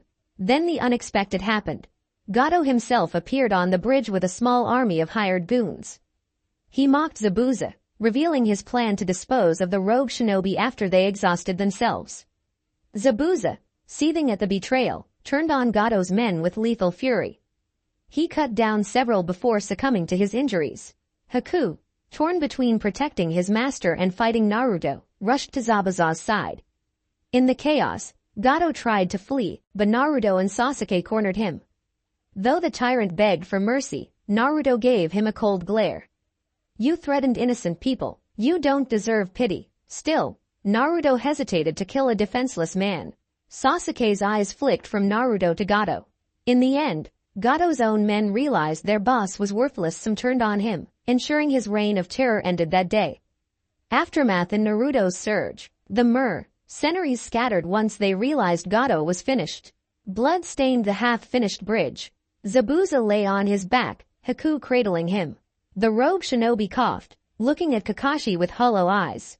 So, this is how it ends. His gaze flicked to Naruto for an instant. Kid, your eyes, dangerous. Then he stilled, leaving Haku trembling. Kakashi lowered his head, a grim respect for a fallen enemy. Naruto stared at Haku, uncertain what to feel. Haku laid Zabuza down gently, tears glistening behind the mask. In the hush that followed, Naruto felt the weight of the battle settle on his shoulders. Tazuna and the workers, emboldened by the victory, gathered around.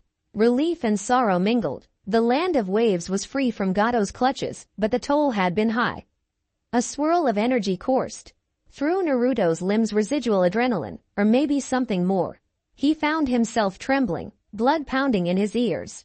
For a moment, he thought he sensed Bast's presence, a comforting whisper. You have done well, my son. End of the mission. They spent a few days helping Tazuna finish the bridge. With Gato gone, workers returned, hope rekindled. Kakashi recovered from his exertions, while Sasuke's wounds slowly healed under Sakura's attentive care. Naruto caught glimpses of Tsunami, exchanging shy smiles and stolen moments, though in the flurry of rebuilding, they rarely had time alone. Haku quietly vanished, his master gone.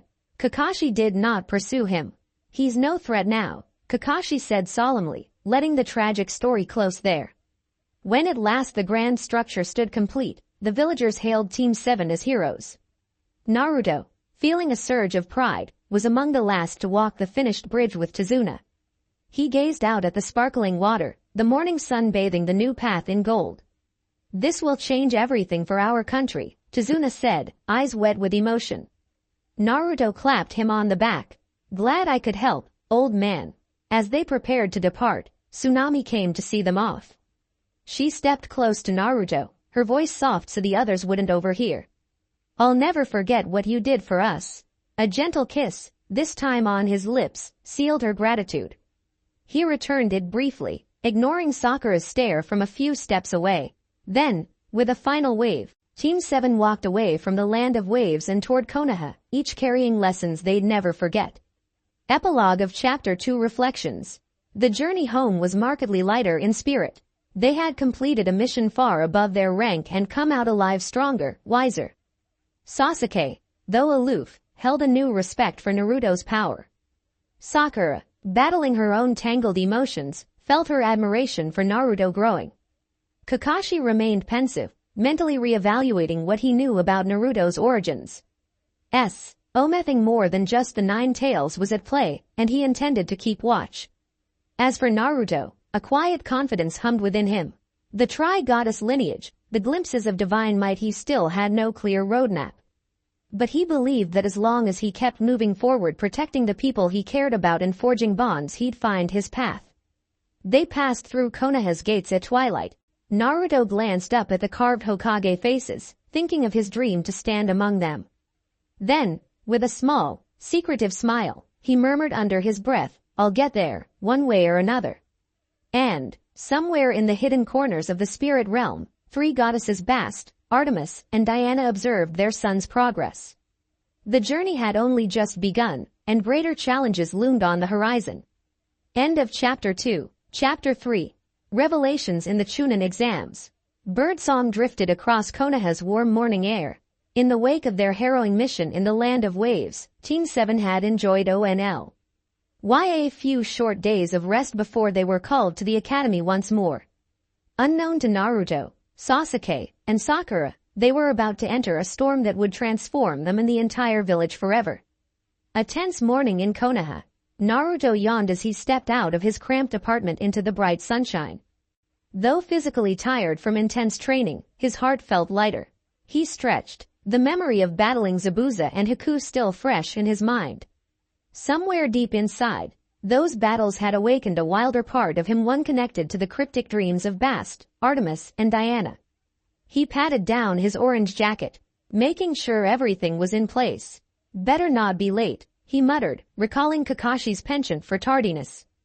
He set off briskly for the academy, ignoring the stares of the villagers. On his way, a familiar voice called out, "Naruto." "Hey, Naruto." He turned to see Ino Yamanaka rushing across the street, blonde ponytail bouncing. She waved a small slip of paper triumphantly. "You're signing up for the Chunin exams, right?" Naruto frowned in confusion. "Chunin exams? Already?" Ino caught her breath. "It's short notice, but rumor has it all the rookie genin squads are being recommended. So Team 10 Shikamaru, Choji, and me were told to assemble. I bet your team got the same call." Naruto's eyes brightened. "That's what Kakashi-sensei wants to talk about at the academy.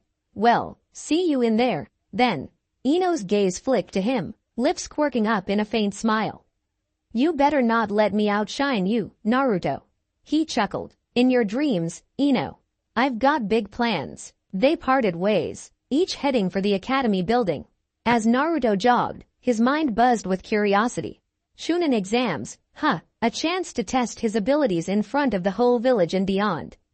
A chance to show how far he'd come. And maybe, Naruto thought, a chance to learn more about whatever godlike power coiled inside him.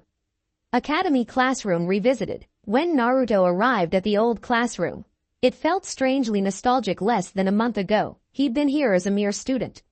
Now, his gaze slid across the other rookie teams gathered, teammate with Kiba, Hinata, and Shino, Team 10 with Ino, Shikamaru, and Choji, and of course, Sasuke and Sakura, who sat near the front, arms folded, waiting for Kakashi. Naruto sidled up next to Sasuke. "So, you heard about the exams?" Sasuke shrugged, but his eyes gleamed with ambition. "Yeah, Kakashi-sensei told us we're all recommended. I won't let anyone stand in my way." Sakura's expression blended excitement and nerves. "These exams are supposed to be tough. High risk. I'm not sure I filed off," meeting Naruto's gaze. "We've come this far," Naruto grinned, leaning in. "Don't worry, we'll blow everyone's minds." He shot her a wink that made her cheeks tint.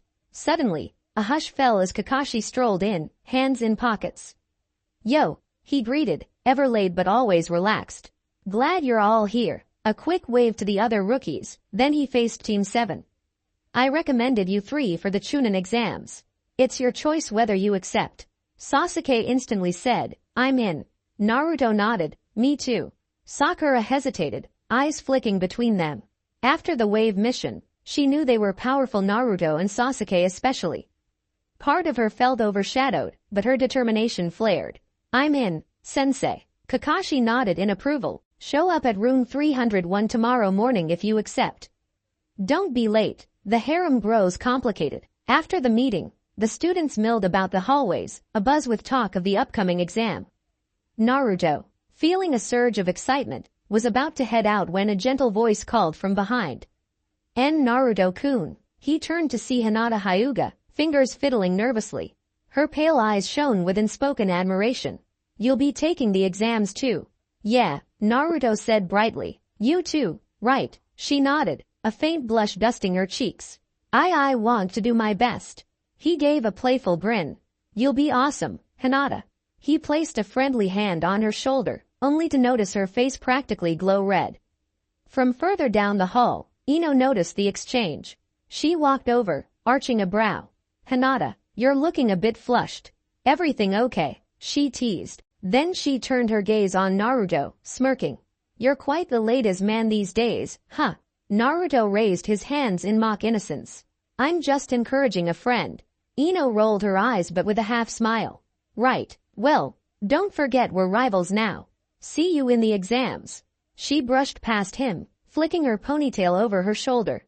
Hinata made a small squeak, then mustered up courage. "Gee, good luck, Naruto-kun," she said, then hurried off after Kiba and Shino. Naruto exhaled, watching her retreat. He liked Hinata. She was sweet, but he wasn't blind to her deep feelings. Part of him found her shyness endearing, but he also sensed she wasn't quite ready for his more forward nature. "I'll see how things develop," he told himself, recalling all the new entanglements swirling around him. He was about to head home when Anko Mitarashi popped up out of nowhere, a mischievous grin on her lips. "There's my favorite brat," she teased. "Heard you're joining the Chunin exams. Can't wait to see you in action." Naruto's grin widened. He remembered their playful exchange in the market a while back and the daring cheek kiss he'd given her. "Oh, you'll see more than action if you keep talking like that, Anko-chan." Anko snorted a laugh, leaning in. "Careful, I might just take you up on that," she said, tapping his forehead with 2 fingers. "Don't die in the exams. I want my fun later." A flicker of heat coiled through Naruto's gut at her boldness. "Deal," he replied, feeling more confident than ever. Night before the exams. Despite his cocky demeanor, Naruto found himself restless in bed that night. The moonlight filtering through the window stirred that odd resonance again. He closed his eyes, expecting a dream visitation from Bast or Artemis or Diana. But the night passed quietly, no visions, only a subtle undercurrent of power that made his heart race. By dawn, he was already up and out, bounding toward the academy with renewed energy. Entrance to the exams, room 301.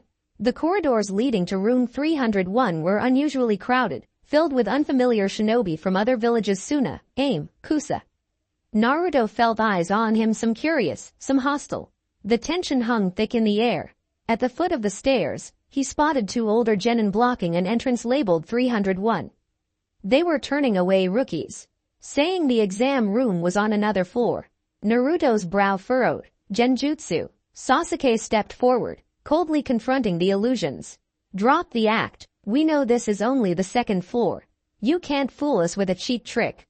The disguised ninja smirked, letting the fake sign shimmer away. "Not bad, Uchiha, but watch that attitude." Naruto joined in, crossing his arms. "We're not clueless runts," he declared. "Let us through." One of the ninja turned his gaze on Naruto, sneering. "You may have some skill, but your big mouth will get you killed. The Chunin exams aren't a joke. If you can't handle a simple genjutsu, you'll fail for sure." Sakura tensed, but Naruto only shrugged. "We'll see who fails," he said, voice cool. They bypassed the genjutsu test, ascending to the true 3rd floor. Clusters of genin mingled outside a large double door. The air practically buzzed with excitement and fear. Inside the Chunin exam hall, stepping through the doors, Team 7 was greeted by a massive room filled with teens from various villages. Gaara of the Sand and his siblings stood silently, exuding a menacing aura. Teens from Konoha like Team 8 and Team 10 gathered near the entrance, exchanging anxious smiles. Before Naruto could start mingling, a boisterous voice echoed, "Surprise attack." A blur of green spandex soared across the room. Naruto barely managed to sidestep as Rock Lee landed in front of Sasuke. Brimming with enthusiasm, "Sasuke Uchiha, I challenge you to a duel." His thick eyebrows shot up in earnest determination. Sasuke stared, baffled. "You want to fight now?" Lee pumped his fist. "Yes, to test my strength, and to see if my youthful flames burn brightly enough for these exams." Naruto snorted. "Youthful flames? This guy's something else." Sakura tried to intervene. "We don't have time for this. The exam will start soon." But Sasuke, pride stung, shrugged her off. "It won't take long." A smirk tugged his lips. "I'm curious about your flames." Within seconds, the two were in the corridor, squared off. Naruto joined Sakura in watching from the sidelines. Neji and Tenten, Lee's teammates, observed coolly from a distance. Lee moved first, unbelievably fast. Sasuke's eyes narrowed. He hadn't awakened the full Sharingan yet, so he struggled to track Lee's footwork. A swift kick connected with Sasuke's guard, sending him skidding back. "Not bad," Sasuke growled, launching forward with a barrage of punches. Lee sidestepped or blocked with fluid ease. Another spinning kick caught Sasuke in the ribs, doubling him over. Naruto tensed, wanting to jump in, but saw the look of fierce determination on Sasuke's face. He'd kill me if I interfered. In short order, Lee sent Sasuke tumbling across the hallway. Just as Lee prepared a finishing blow, a giant turtle a turtle materialized, scolding Lee for jumping into unauthorized fights. Moments later, Might Guy himself appeared, condemning the interruption. He gave Sasuke an apology. See nod before whisking Lee away in a bizarrely emotional display of teacher-student bonding. Naruto and Sakura helped Sasuke up, who bristled at the humiliating defeat. All settled at next time, he muttered darkly. The first exam. Written test. Team 7 eventually made it back into the exam hall, where a stern proctor with scars across his face, Ibiki Morino, took the podium. The crowd of genin fell silent. Welcome to the first stage of the Chunin exams, Ibiki announced, voice resonating in the hush. We'll start with a written test. The rules are simple but strict. Cheat and get caught, you lose. Fail to answer the final question, you lose. A ripple of unease spread. A written test, Naruto thought, swallowing. Book smarts were never his forte, and the tension in the room was intense. But he felt an odd stirring inside, an instinct that maybe he could rely on more than simple knowledge. They took seats, one per desk, spaced out to be borderline impossible for rookie genin. Naruto stared at the paper, mind spinning. He recognized this as a test of information gathering. Cheating cunningly was part of the challenge. Across the room, Hinata tried offering Naruto a peek, tapping her paper nervously. Naruto hesitated. He didn't want her to get in trouble for his sake. But as time ticked on, desperation mounted. He gave a subtle nod, heart pounding. Carefully, he adjusted his stance to glance at her answers, praying they wouldn't be caught. Ibiki's menacing presence loomed. Some genin were disqualified for obvious cheating, escorted out in shame. Sakura scribbled away, brilliant mind deciphering some of the coded questions. Sasuke used his fledgling Sharingan to copy other test-takers' movements. Naruto, relying partially on Hinata, managed to fill in enough to pass. But he felt a nagging sense of frustration. Finally, Ibiki introduced the final question. If you choose to try it and fail, you lose the right to be a Chunin forever. If you skip it, you can leave now, but you fail. And your teammates fail, instantly. A wave of panic swept the room. Slowly, some genin stood and walked out, despair etched on their faces. Naruto's stomach twisted, but he refused to budge. No way he'd abandon his dream. Even if the stakes were terrifying, he'd rather fail 100 times than never try. In the end, Ibiki grinned. You who remained, pass. Cries of surprise erupted. Ibiki revealed that the final question was all about testing your resolve under pressure. The written portion was a bluff. Those with the will to risk everything moved on. Naruto sagged in relief, adrenaline crashing. He shot Hinata a grateful glance, who merely smiled shyly. Across the aisle, Sasuke exhaled a quiet breath, while Sakura's shoulders finally relaxed. Enter Anko. Second exam announcement. Just as they caught their breath, the exam room's window shattered, sending glass spraying. A figure somersaulted in a familiar purple-haired kunoichi. Anko Mitarashi landed gracefully atop Ibiki's podium, brandishing a banner that read, Second Exam Proctor. Okay, you sorry lot. Anko shouted, her voice brimming with energy. No time to celebrate. I'm Anko Mitarashi, and I'll be your next proctor. Get ready for a real survival challenge. Naruto's eyes lit up at the sight of her, recalling their playful banter. Anko's gaze swept the room before lingering briefly on Naruto. He offered her a cheeky grin. She smirked back in a way that hinted, try to survive, and then we'll talk. She led the successful teams out of the building and across town to Training Ground 44, better known as the Forest of Death, a sprawling expanse of towering trees, savage creatures, and perpetual bloom. Forest of Death. The survival test. Each team will receive a Heaven Scroll or an Earth Scroll, Anko explained, holding up 2 different scrolls. To pass, you must collect both types and make it to the tower in the center of the forest within 5 days. Oh, and try not to die. She gave a wicked grin, relishing the nervous tension that swept over the young shinobi. A gust of wind rustled the high chain link fence circling the forest. Naruto felt an exhilarating jolt in his bloodstream. A dangerous environment, limited resources, rival teams. It was exactly the kind of challenge that made his heart pound. He exchanged a look with Sasuke and Sakura. They nodded in unspoken agreement. Anko strolled over to Naruto as the teams lined up for their scrolls. She trailed a fingertip along his orange sleeve. Be careful, brat, she murmured in a teasing tone. Wouldn't want you to get eaten by a giant snake before our next date. Naruto swallowed a smirk. I can handle a snake or two, he joked, though a flicker of heat rushed up his neck at the closeness. Anko cocked an eyebrow suggestively. I bet. Then she snapped back to official mode, turning away to hand out instructions to the other teams. Sakura stared, half disbelieving, half jealous. Seriously, Naruto, Anko-sensei. Naruto scratched the back of his head. Grin unwavering. She's got an interesting vibe, he said cryptically, refusing to elaborate. Into the woods. Soon after, all participants gathered at the 44 gates. A.P. Proctor gave each team their assigned scroll in a sealed pouch. Team 7 received a heaven scroll. The countdown started. One by one, each group darted into the dark labyrinth.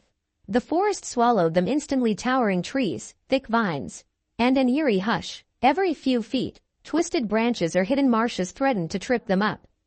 The air teemed with strange chirps and howls of unknown creatures. Sasuke set a brisk pace, scouting ahead with narrowed eyes. Sakura stuck close to him, kunai in hand. Naruto, scanning their surroundings, sniffed the air on instinct, recalling how his senses had sharpened in dire moments before. He caught a faint whiff of something rotting, maybe a dead animal. The forest of death indeed. After nearly an hour of navigating, Sasuke halted. We need a plan. If we wander aimlessly, we'll get ambushed. They huddled beneath a gnarled tree root. Sakura took a quick head count of their supplies. We have enough rations for maybe 3 days. Water's abundant, but it might not be clean. Naruto eyed the canopy overhead, a swirl of adrenaline humming in his veins. We could set traps, but that wastes time.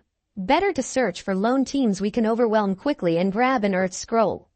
Sasuke's eyes flickered with that competitive edge. Smart for Adobe. Let's be cautious but fast.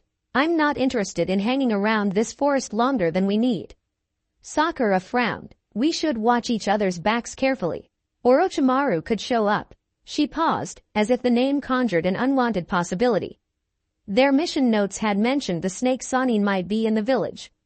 But that was speculation. Still, a shiver ran down her spine. Don't worry, Naruto said, giving her a confident grin. We'll handle anything that comes our way. First encounter. Team Oboro. They hadn't gone far when the underbrush rustled. In a flash, a trio of rain nin emerged, wearing distinctive rebreathe masks. Their leader, Oboro, gave a mocking bow. Hand over your scroll, leaf scum. Naruto's chest tightened with excitement. Sorry, not on the menu. Sasuke wasted no words. He lunged, hurling a pair of shuriken. The rain nin scattered, launching illusions that warped the forest around them. Water clones flitted between the trees. Sakura knelt, focusing chakra to dispel the genjutsu. Naruto sprang forward, a single shadow clone making a decoy. He close, D in on the real Oboro with a swift right hook to the chin. The rain nin managed to dodge, but barely. TCH, you're fast, Oboro spat. Sasuke weaved behind him in a blink, sweeping low with a kick. Oboro lost his footing. The third rain nin tried to intervene, but Sakura intercepted with a kunai slash, forcing him back. Naruto sensed an opening. He formed a quick seal. Shadow clone jutsu. 3 clones tackled Oboro from behind, knocking him flat. Sasuke capitalized, pressing a kunai to the rain nin's throat. Your scroll, Sasuke demanded, voice cold. Oboro hissed in frustration, tossing a pouch aside. But when Sakura checked it, she groaned. It's another heaven scroll. Naruto rolled his eyes. So much for luck. Before they could tie them up, the rain nin used a smokescreen and vanished. Naruto coughed through the haze, scanning the area. Gone. Sasuke wiped sweat from his forehead, irritated. Let's keep moving. There are more teams to find. A predatory presence. As they ventured deeper, the light grew dim under the canopy. Unnatural hush pressed in. Naruto felt at first a subtle, creeping dread. Every hair on his neck stood up. He halted, motioning for the others to stop. Something's watching us. Sakura swallowed, scanning the shadows. Where? Naruto's eyes narrowed. He inhaled, catching a faint reptilian, yet laced with monstrous chakra. This doesn't feel like any normal ninja. Their surroundings rustled ominously. A giant serpent lunged out of the foliage, jaws gaping wide. Sakura yelped, hurling a kunai in reflex. Sasuke sprang away, eyes wide. Naruto jumped onto the snake's scaly back, stabbing downward. Thick hide resisted, but the serpent hissed, thrashing violently. "We're not your dinner, buddy," Naruto growled. In a horrifying moment, the creature reared back, swallowing Naruto whole with a wet snap. Sakura screamed, "Naruto!" Sasuke lunged to help, but the snake slithered away with frightening speed. However, within seconds, a muffled explosio rocked its midsection. Naruto tore through, ripping a hole from inside using a handful of explosive tags. He tumbled free, dripping with rancid fluid, but alive. He coughed, wiping slime from his face. "Ah, that's disgusting." Sakura ran to him. "Are you okay?" "Yeah," he managed, wincing. But that snake wasn't normal. Indeed, the creature's chakra was too potent to be just a random forest animal. Sasuke surveyed the area, face pale. "We need to regroup now." From behind a thick tree trunk emerged a tall, pale-skinned figure with golden, snake-like eyes. Orochimaru. The very air seemed to darken around him, suffused with malevolent intent. My, Orochimaru purred. "You survived, my little pet." Naruto's instinct screamed danger. Sasuke tensed, a bead of sweat rolling down his temple. Sakura felt her legs quiver at the horrifying aura emanating from this single shinobi. Orochimaru's malevolent games. With a flicker of motion too fast for normal eyes, Orochimaru closed in on Sasuke, forcing him backward. Naruto leapt between them, hooking a punch, but Orochimaru caught his wrist effortlessly, twisting. Pain shot up Naruto's arm. A savage grin spread across Orochimaru's face. "The Kyuubi brat, but there's something else in you, something divine." He licked his lips. "Fascinating." Naruto's eyes flashed with indignation. "How does he know about my power?" He wrenched free, ignoring the ache in his wrist, a primal growl building in his throat. Orochimaru's gaze then fell on Sasuke. "Uchiha blood, what a prize. Such hatred and potential. I can give you power, Sasuke-kun." Sasuke shuddered, half in fear, half in twisted curiosity. "Stay away from me," he growled, but the tremor in his voice betrayed his uncertainty. Sakura forced herself to stand tall. "We won't let you do anything to Sasuke or Naruto." Orochimaru's laughter filled the clearing, sending chills through them. "Brave words, little girl." His eyes flickered with a menacing glint. "Let's see how your conviction holds up." He made a single seal, and the ground under Naruto's feet erupted with serpents. They coiled around his ankles, trying to drag him down. Sasuke and Sakura lunged to help, but Orochimaru's killing intent paralyzed them momentarily. Naruto, heart hammering, forced chakra into his legs, snapping free from the serpents. He launched a flurry of shadow clones to distract Orochimaru. The Sannin cut through them like paper, unnervingly calm.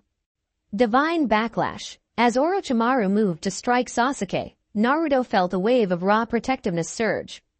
A bright flicker of silver luminescence laced his chakra. Without warning, a faint image of Bast's feline eyes superimposed over Naruto's own. "Hands off my teammate," Naruto roared, voice laced with that echo of otherworldly power. Orochimaru paused, intrigued. He extended his neck impossibly, jaws parting to reveal elongated fangs, a horrifying technique reminiscent of a snake's venomous bite. He aimed directly for Naruto's neck, presumably to inject some vile curse. But as he bit down, a radiant shockwave blasted outward. Orochimaru recoiled with a hiss, clutching his mouth. Smoke rose from his lips like he'd bitten red-hot iron. "What is this chakra?" Orochimaru snarled, eyes narrowed. Naruto's own eyes glowed momentarily. The presence of Bast and perhaps the other goddesses burned like a shield, repelling Orochimaru's attempt to mark him. Sasuke and Sakura stood stunned. For a moment, it seemed Naruto radiated an aura of pale moonlight and wild spirit. Orochimaru hissed in frustration. "Well, that's unexpected," the Sannin muttered. "No matter." He flicked his gaze at Sasuke again.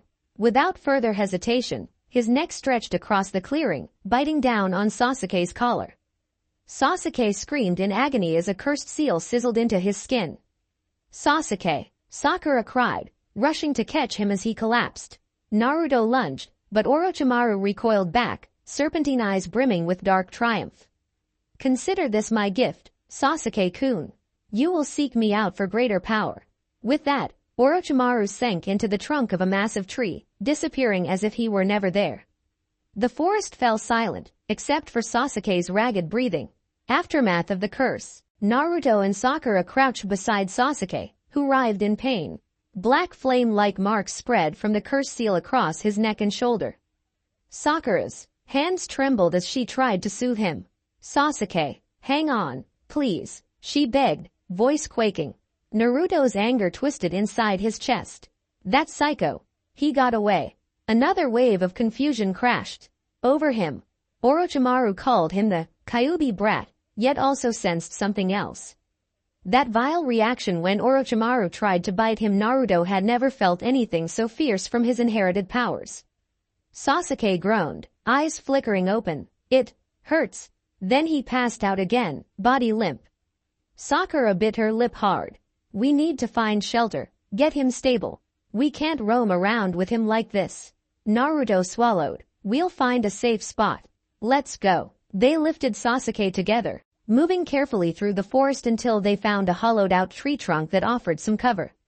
Once inside, Sakura attended to Sasuke's fever, pressing a damp cloth to his brow. Naruto stood guard outside, scanning the dark expanse for any new threats. Naruto's turmoil. Hours passed, the sky dimming. Sasuke still hadn't awakened. Sakura dozed fitfully at his side, exhaustion etched on her features. Naruto paced, restless. We're losing time, he thought. They only had 5 days to complete the exam, and Orochimaru's assault set them drastically behind. Worse, the intensity of that encounter still rattled him. Orochimaru had recognized something about him, some divine presence. He clenched his fists, recalling the surge of power that flared up to repel Orochimaru's bite. Why can't I tap into that willingly? He sank against the trunk, letting out a frustrated breath. In the hush of the forest, he heard faint whisperings in his mind, the gentle purr of Bast's voice. Patience, child. Your power awakens in crisis, but soon it will answer your call. He closed his eyes, heart thudding. If that was true, he needed to master it fast. Unwanted visitors. Shortly before dawn, Sakura roused him. Naruto, something's out there. Naruto snapped alert, hearing footsteps. He formed a quick shadow clone to watch over Sasuke, then slipped outside with Sakura. A mild breeze rustled the leaves. Emerging from the undergrowth was a trio of sound nin, Zaku, Kin, and their leader, Dosu. Each wore bandages or devices that hinted at specialized jutsu. Looks like we found the Uchiha's team, Dosu droned, voice muffled behind bandages. Word as Orochimaru gave him a gift. We're here to test his power. Stay back, Naruto warned, stepping between them and the hollow tree. Zaku laughed. You're that loudmouth from the leaf. Out of our way, or we'll blow you to pieces. Naruto's stomach tightened. Sasuke was in no condition to fight. Sakura wasn't a powerhouse. It's on me, he realized. All right, hunks, he said, exhaling slowly. Let's see what you got. A swift battle. Zaku thrust his palms forward, unleashing a shockwave of compressed air. The force. Naruto and Sakura dove for cover. Kin flung Senbon with bells attached, illusions swirling to disorient them. Naruto ground his teeth, forming a string of hand seals for shadow clones. He sent half a dozen clones to flank the sound nin, forcing them to split their attacks. Meanwhile, the real Naruto closed in on Zaku, engaging in taijutsu. Zaku sneered, letting out another blast of sonic air. Naruto managed to leap above it, flipping through the branches. He hurled kunai from midair, forcing Zaku to dodge. Kin engaged Sakura, who tried to repel the illusion-laced needles. The bells tinkled eerily, messing with her sense of direction. Despite her improved focus, Sakura found herself cornered against a tree trunk, illusions warping her perceptions. Dosu waited, analyzing Naruto's pattern. The bandaged sound nin prepared to unleash a sonic wave from the speaker on his arm. Naruto felt something shift behind him. Dosu struck with that sound-based jutsu. A reverberation shattered Naruto's equilibrium. He crashed to the ground, ears ringing painfully. This is the power of sound, Dosu intoned. Your sense of balance is gone. Easy pickings now. As Naruto struggled to stand, Zaku aimed a finishing blow. Suddenly, Sakura flung herself between them, a kunai raised. Don't you touch him. Kin's illusions had battered Sakura, but she still had some fight left. Zaku smirked cruelly. Bold, but pointless. He launched another air blast, and Sakura braced for the impact. Sasuke's awakening. A guttural yell tore through the clearing. Sasuke emerged from the hollow trunk. Black marks seething across his left side. The cursed seal. His eyes glowed with feral intensity, Sharingan spinning dangerously. Sasuke. Sakura whispered, relief and worry mixing. He moved with lethal grace, too fast for Zaku to react. Sasuke's fist slammed into Zaku's elbow, bending it unnaturally backward. Zaku screamed, dropping to his knees. Sasuke, stop, Sakura cried, alarmed at the sadistic glint in his eyes. Dosu tried to blast Sasuke with sonic waves, but Sasuke lunged, dodging fluidly, then delivered a punishing kick to Dosu's chest. Blood spattered from Dosu's mouth as he crumpled. Sasuke's entire demeanor dripped with dark intensity, voice low. Who's next? He advanced on Kin, who shrank back, terrified. Naruto, shaking off the dizziness, realized Sasuke was out of control. That cursed seal is messing with him. He forced himself up, ignoring the throbbing in his head. Sasuke prepared to snap Kin's neck. In a last-second move, Naruto grabbed Sasuke's wrist. That's enough. Sasuke whipped around, black markings pulsing. For a moment, Naruto saw raw hatred in Sasuke's eyes. Then recognition flickered. Slowly, the marks began receding, leaving Sasuke panting. Normal color returning to his skin. Kin scurried away, helping Zaku and Dosu. The battered Sound Nin decided retreat was wiser than continuing this battle. They vanished into the forest without their scroll, disgraced but alive. Sasuke sank to his knees, confusion in his gaze. What just happened to me? Sakura rushed over, tears threatening. Sasuke, you nearly. She couldn't finish, voice trembling. Naruto laid a hand on Sasuke's shoulder. We'll figure it out. Even as he said it, he wondered about the interplay of Orochimaru's curse and the looming threat from Naruto's own heritage. The forest of death had become a crucible for them all. Gathering the pieces, they didn't have time to dwell. The exam clock was ticking. With Sasuke somewhat stable though uneasy, the three pressed on, searching for a team holding an earth scroll. Naruto, ignoring his own bruises and the sonic ringing in his ears, led them deeper into the forest. After a tense half-day of near encounters and skillful avoidance, they eventually ambushed a hapless grass team. A swift skirmish ended in Team 7 acquiring the earth scroll they needed. With both heaven and earth scrolls in hand, they raced for the tower at the forest center. By the final day, sweat-soaked and exhausted, Team 7 burst into the tower's main hall, battered but alive. A handful of other teams had made it to Gaara's Suna team. The Sound Trio, surprisingly, they also managed to pass Team 8, Team 10, and a few from other villages. The tension was far from over, but they had cleared the second hurdle. A proctor directed them to a large auditorium within the tower, where the next stage would be announced. Teams formed small clusters, licking their wounds. Naruto noticed that Sasuke clenched his shoulder periodically, face pale. The cursed seal likely causing lingering pain. Sakura gave Naruto a tired, grateful smile. We did it, somehow. Naruto returned the smile, then glanced around, noticing a few gazes on Himeno's curious look. Hinata's gentle concern, Tenten's intrigued glance from the corner of the room. Even Anko, up on a balcony with the proctors, gave him a subtle nod, a spark of amusement in her eyes. No time for flirting now, he reminded himself, although a part of him reveled in the attention. We've got bigger problems. Orochimaru, the cursed seal, my own powers. The door at the far end of the hall opened. The third Hokage appeared, flanked by proctors, stern lines etched on his wise features. He cleared his throat, and all chatter ceased. Congratulations on surviving the second exam, he began, voice echoing. But your trials aren't over. For those who pass the upcoming preliminaries, prepare yourselves. The next battles will be even fiercer. Naruto's heart thudded. He glanced at Sasuke, who nodded, face set in grim determination. Sakura stood with them, fists clenched. All around, rival teams braced for the next challenge, adrenaline spiking. They had made it through the forest of death. unraveling more mysteries of their powers, forging deeper bonds and attracting the eye of a deadly predator named Orochimaru.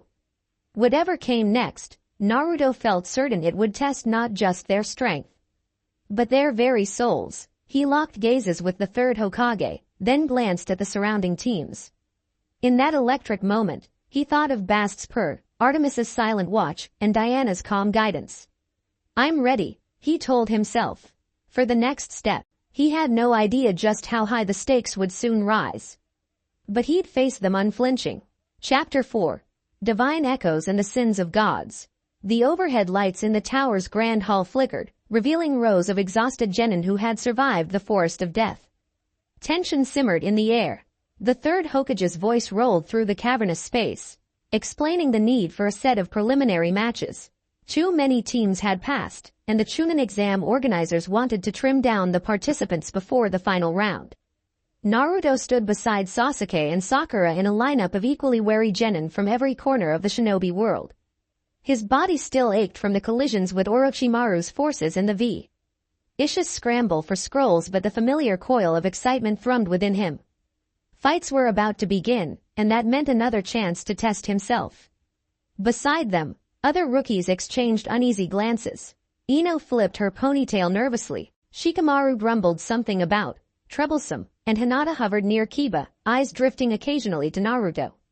The air smelled of stale sweat, metallic tang from dried blood, and raw tension. At the front, an instructor with bandages around his torso, Hayate Gecko, stepped forward, coughing quietly into his fist. "We'll proceed with one-on-one preliminary battles. Only those who win their match continue to the final round. Anyone wanting to withdraw should do so now." No one moved. Even those battered from the forest were too proud or determined to back down. Hayate nodded, scanning the crowd. "Very well. The computer will randomly select the first combatants." A large screen overhead began flickering through names. Everyone tensed, eyes locked on the changing letters. Eventually, it settled Yoroi Ikado. Sakura's head snapped toward Sasuke. "That's you." Naruto glanced at Sasuke. The Uchiha's posture was tense. The cursed mark Ha-D left him with residual aches and a swirling darkness that Naruto could practically feel. Nonetheless, Sasuke stepped forward, obsidian eyes burning with defiance. "I won't lose." Sasuke's match. The arena floor stretched wide, ringed by tall pillars. Sasuke faced Yoroi, a leaf shinobi allied with Orochimaru. Nervous sweat beaded along Sasuke's brow. He could feel the cursed seal itching at the base of his neck. He wanted to rely on the Sharingan, but every surge of chakra risked awakening Orochimaru's brand. "Begin," Hayate commanded. Yoroi attacked first, grabbing Sasuke's arm. A glimmer of chakra siphoning flickered around his palm, draining Sasuke's strength. Sasuke clenched his jaw, forcibly ripping free, but he felt some of his stamina slip away. Naruto watched from the balcony, fists tight around the metal railing. "Come on, Tem, don't let that mark own you." Sasuke spat blood, launching a series of swift kicks. His speed caught Yoroi off guard, forcing the older genin to backpedal. But the moment Sasuke tried to muster more power, the cursed seal flared, black lines creeping across his skin. A jolt of searing pain almost dropped him to his knees. "Don't fail me now," Sasuke hissed, sweat drenching his forehead. He flashed back to Orochimaru's sneering promise of power. "I refuse to be a puppet." Clenching his teeth, Sasuke improvised a sudden pivot into lion combo, copying Naruto's own concept of unpredictable strikes but mixing in the Uchiha's taijutsu. He slammed a kick into Yoroi's torso, then a flurry of punches, each blow punishing. With a final strike from above, he drove Yoroi into the arena floor. Dust rose, and Yoroi lay motionless. Sasuke, panting, forced himself to stand upright. The cursed seal receded. The proctor declared him the winner. Though battered, Sasuke's pride remained intact. He'd persevered without succumbing to Orochimaru's corruption. Sakura sighed in relief. Naruto let out a quiet cheer. But both noticed the pained strain in Sasuke's eyes as medics led him away. Rapid-fire matches. One by one, fights cycled through. Some ended quickly, like Gaara's savage defeat of Rock Lee, nearly destroying Lee's arm and leg with monstrous sand. Others were more measured, such as Shikamaru's cunning use of shadow possession to trick an overconfident Sound Kunoichi. Naruto watched intently, his mind buzzed with anticipation. He glimpsed PSES of Brilliance Neji's lethal Byakugan, Konkuro's hidden puppets, Temari's slicing wind attacks. The exam hall crackled with power, each match more intense than the last. At times, Naruto felt the faint voice of Bast urging him to remain vigilant, as if this spectacle masked deeper schemes. Orochimaru's presence still loomed like a venomous shadow over the event. Finally, the screen blipped again. Naruto Uzumaki vs. Kiba Inuzuka. Kiba smirked, cracking his knuckles. Hey, let's see how tough you really are, Naruto. I've been itching for a real fight. Naruto flashed a confident grin. Bring it, dog breath. They leapt down into the arena. Naruto vs. Kiba. The proctor signaled the start. Kiba wasted no time. Akamaru, let's go. The small white dog hopped onto Kiba's shoulder, and the duo charged. Kiba's movements were a whirlwind of slashes, augmented by the Inuzuka clan's feral taijutsu. Akamaru barked, snapping at Naruto's ankles. Naruto summoned 3 shadow clones to test Kiba's defenses. Kiba tore through them, swirling in a violent fang-over-fang jutsu that chipped the arena floor. But Naruto had expected that. He slid aside at the last second, letting Kiba smash into a wall. Kiba coughed dust, spinning on his heels. You won't trick me again, Naruto. He tossed a soldier pill to Akamaru, who transformed into Kiba's double. Now 2 identical Kiba figures prowled in tandem. Naruto's heart pounded. Time to up the tempo. He conjured a fresh wave of clones. Each clone darted around the ring, aiming to confuse the pair. But the Kibas soared into the air, launching simultaneous fang-over-fang attacks that ripped through rows of clones in howling arcs. The real Naruto grimaced, rolling across the dirt. A stinging bruise formed along his ribs. He saw the swirl of dust, the rabid grin on both Kiba's faces. The crowd above buzzed with excitement. Give up, Naruto. One Kiba shouted. You can't beat me in close range. Naruto smirked, ignoring the throbbing pain. I'll just have to come at you from all sides. In a flash, he whipped out multiple smoke bombs, flooding the arena with choking fumes. Then he merged into the haze, trusting his heightened senses to guide him. The faint goddess-born instincts let him pick out Kiba's shape through the swirling smoke. I can smell him. In the swirling chaos, the twin Kibas got separated. Confused by the thick haze, they crashed into each other. Momentarily disoriented, Naruto took advantage. He tackled the real Kiba from behind, smashing him into the ground. Akamaru's transformation broke as the small dog tumbled away.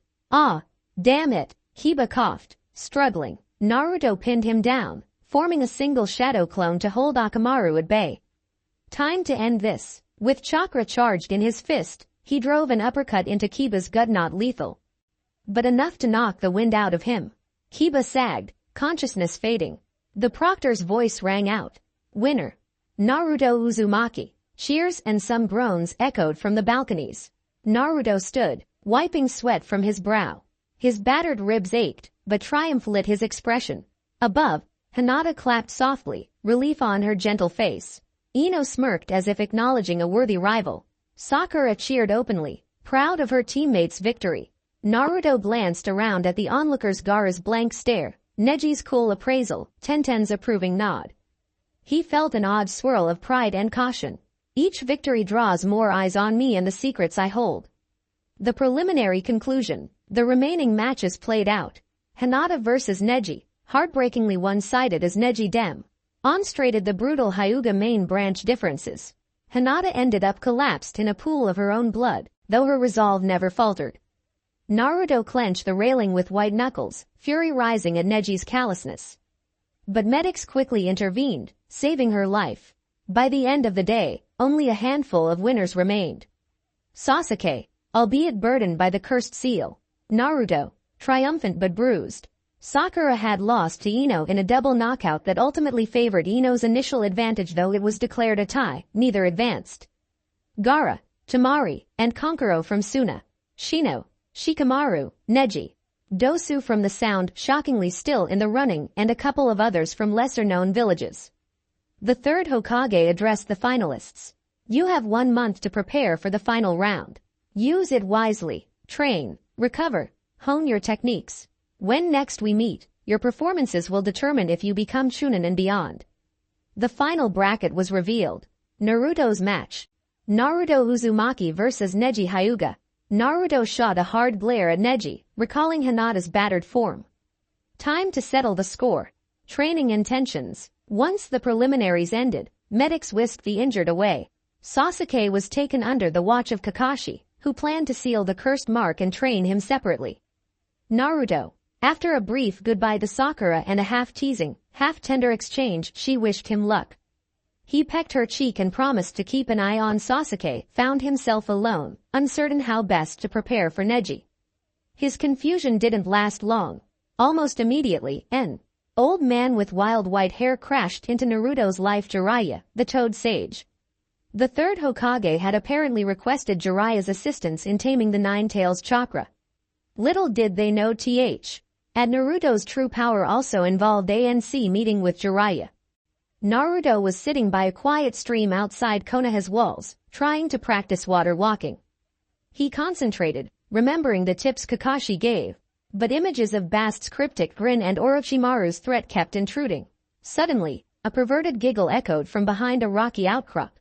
Naruto spun around to see Jiraiya peering at the women's side of a hot spring. Scribbling furiously in a small notepad. "Pervert," Naruto yelled, launching a kunai. Jiraiya dodged with comedic flair, eyes bulging. "Hey, brat, watch it. You trying to kill me?" Naruto bristled. "Who are you? Some creepy old man?" Jiraiya huffed indignantly. "I'm the Toad Sage, you insolent Gaki. The legendary Sannin, Jiraiya. And you must be Naruto, the kid I'm supposed to train. Now let's talk about your unique chakra." Naruto blinked, suspicion warring with curiosity. "Train me, for the final exam." "That's the plan," Jiraiya said with a grin. "Word is you need help controlling the Nine-Tails. Plus you have monstrous chakra levels. I can teach you how to handle them properly." Naruto opened his mouth to correct him. There was more than just the Nine-Tails, but something held him back. "If I mention Bast and the others, will he freak out?" "Unsure." Naruto just nodded. "Fine, we start now." Jiraiya rubbed his hands together. "Tomorrow morning, bright and early. And bring money for lunch. I'm not a free babysitter." Naruto's brow twitched. Cheapskate. Romance on the side. That evening, Naruto wandered Konoha's streets, mind spinning. His body ached for rest. But the swirl of so many obligations, Sasuke's curse, Hinata's injuries, the final exam in a month, his growing power made him restless. Half by instinct, he found himself near Training Field 9, where Tenten often practiced with her extensive weapon scrolls. Sure enough, he spotted her there, whirling a trio of kunai in an intricate pattern, sweat glistening on her brow. "Tenten," he called, stepping into the clearing. She paused, eyebrows raised. "Naruto, didn't expect to see you here." He shrugged, offering a half smile. "Needed some fresh air. Didn't know you trained at night." She tossed a kunai into the air, catching it neatly. "After losing in the prelims, I realized I've got a lot of ground to cover.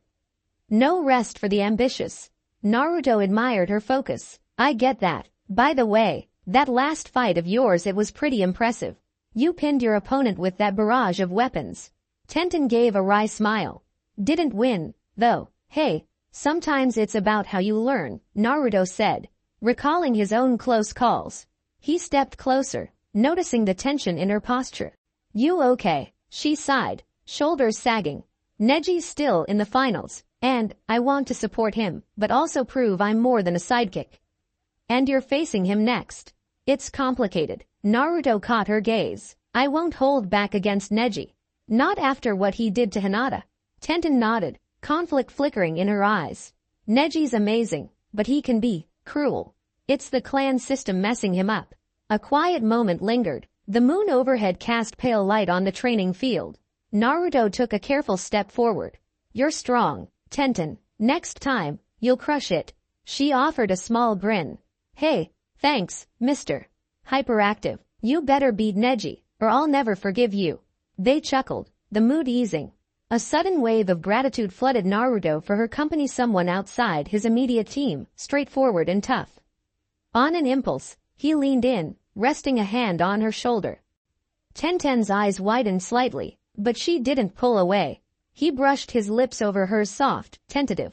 She tensed, then responded, dropping the kunai so she could grasp his shirt. The kiss was brief but electric, an unspoken spark between two people who thrived on challenge.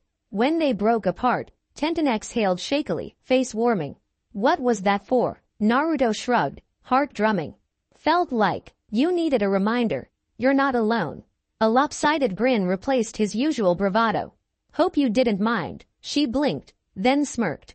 A warning next time, maybe. But there was a flicker of amusement dancing in her eyes. She retrieved the fallen kunai, cheeks still flushed. I'll keep training. You should rest if you want to beat Neji. He nodded. Right. See you around. Naruto left, pulse still racing.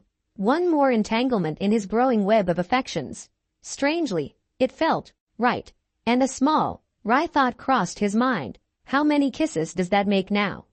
He shook his head, focusing on the upcoming fight. Jiraiya's training. Over the next week, Naruto trained relentlessly under Jiraiya's unpredictable guidance. Each dawn, they met by a secluded hot spring or forest clearing. Jiraiya insisted that control over the Nine Tails chakra was crucial, but every time Naruto tried to tap into it, a subtle undercurrent of something else shivered to the surface, his goddess inheritance. Jiraiya noticed oddities. Your chakra feels layered, he mused one afternoon, stroking his chin. There's the fox's presence, sure, but also something else, ancient and wild. Naruto tensed. Yeah, about that maybe the seal is weird. Jiraiya narrowed his eyes thoughtfully. The fourth Hokage's seal is a masterpiece, but perhaps there's some unknown factor. No matter. We'll proceed carefully. He decided to help Naruto expand his overall capacity, teaching him to channel massive chakra for techniques like summoning. Summoning jutsu attempt. They stood atop a rocky plateau outside Konoha. Jiraiya drew a quick swirl on the ground, instructing Naruto to sign a summoning contract with the toads.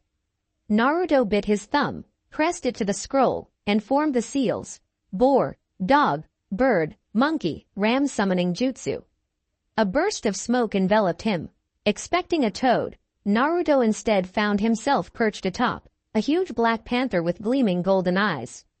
It roared, turning its head to glare at him. Jiraiya's jaw dropped. That's definitely not a toad. Naruto nearly fell off the beast, heart pounding. The panther snarled, tail lashing. Somehow, in the swirl of his goddess-charged chakra, he had bypassed the toad contract and summoned something else, an aspect of Bast's lineage. He scrambled to stay calm.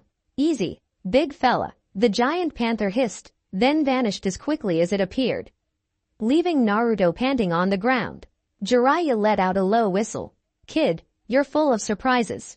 Seems your chakra resonates with a different kind of spirit. I've never seen anything like that. Naruto wiped sweat from his brow, mind racing. So I can't even follow normal summoning rules. A flutter of excitement and anxiety warred within him. If this was Bast's power, how far did it go? Tensions mount. Time ticked on. Sasuke remained elusive, rumored to be with Kakashi. Sakura oscillated between visiting the hospital for Hinata and training on her own. The village bustled, with preparations for the final exam. Visitors from multiple nations poured in. Amid it all, Naruto's nights were punctuated by flickering dreams. Sometimes he stood in a moonlit glade with Artemis and Diana, hearing their faint encouragement to master the hunt.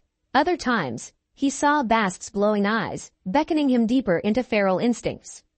He woke each morning with half-remembered instructee ons echoing in his head. Open your senses. Protect your pack. Unleash the moon's wrath. His training with Jiraiya progressed in fits and starts, overshadowed by the strange synergy of Nine Tails and Goddess Chakra. Occasionally, Jiraiya complained that Naruto was the weirdest pupil ever, but conceded that his raw potential was astonishing. Encounter with Ino. During a short break from training, Naruto headed to the marketplace for a quick meal.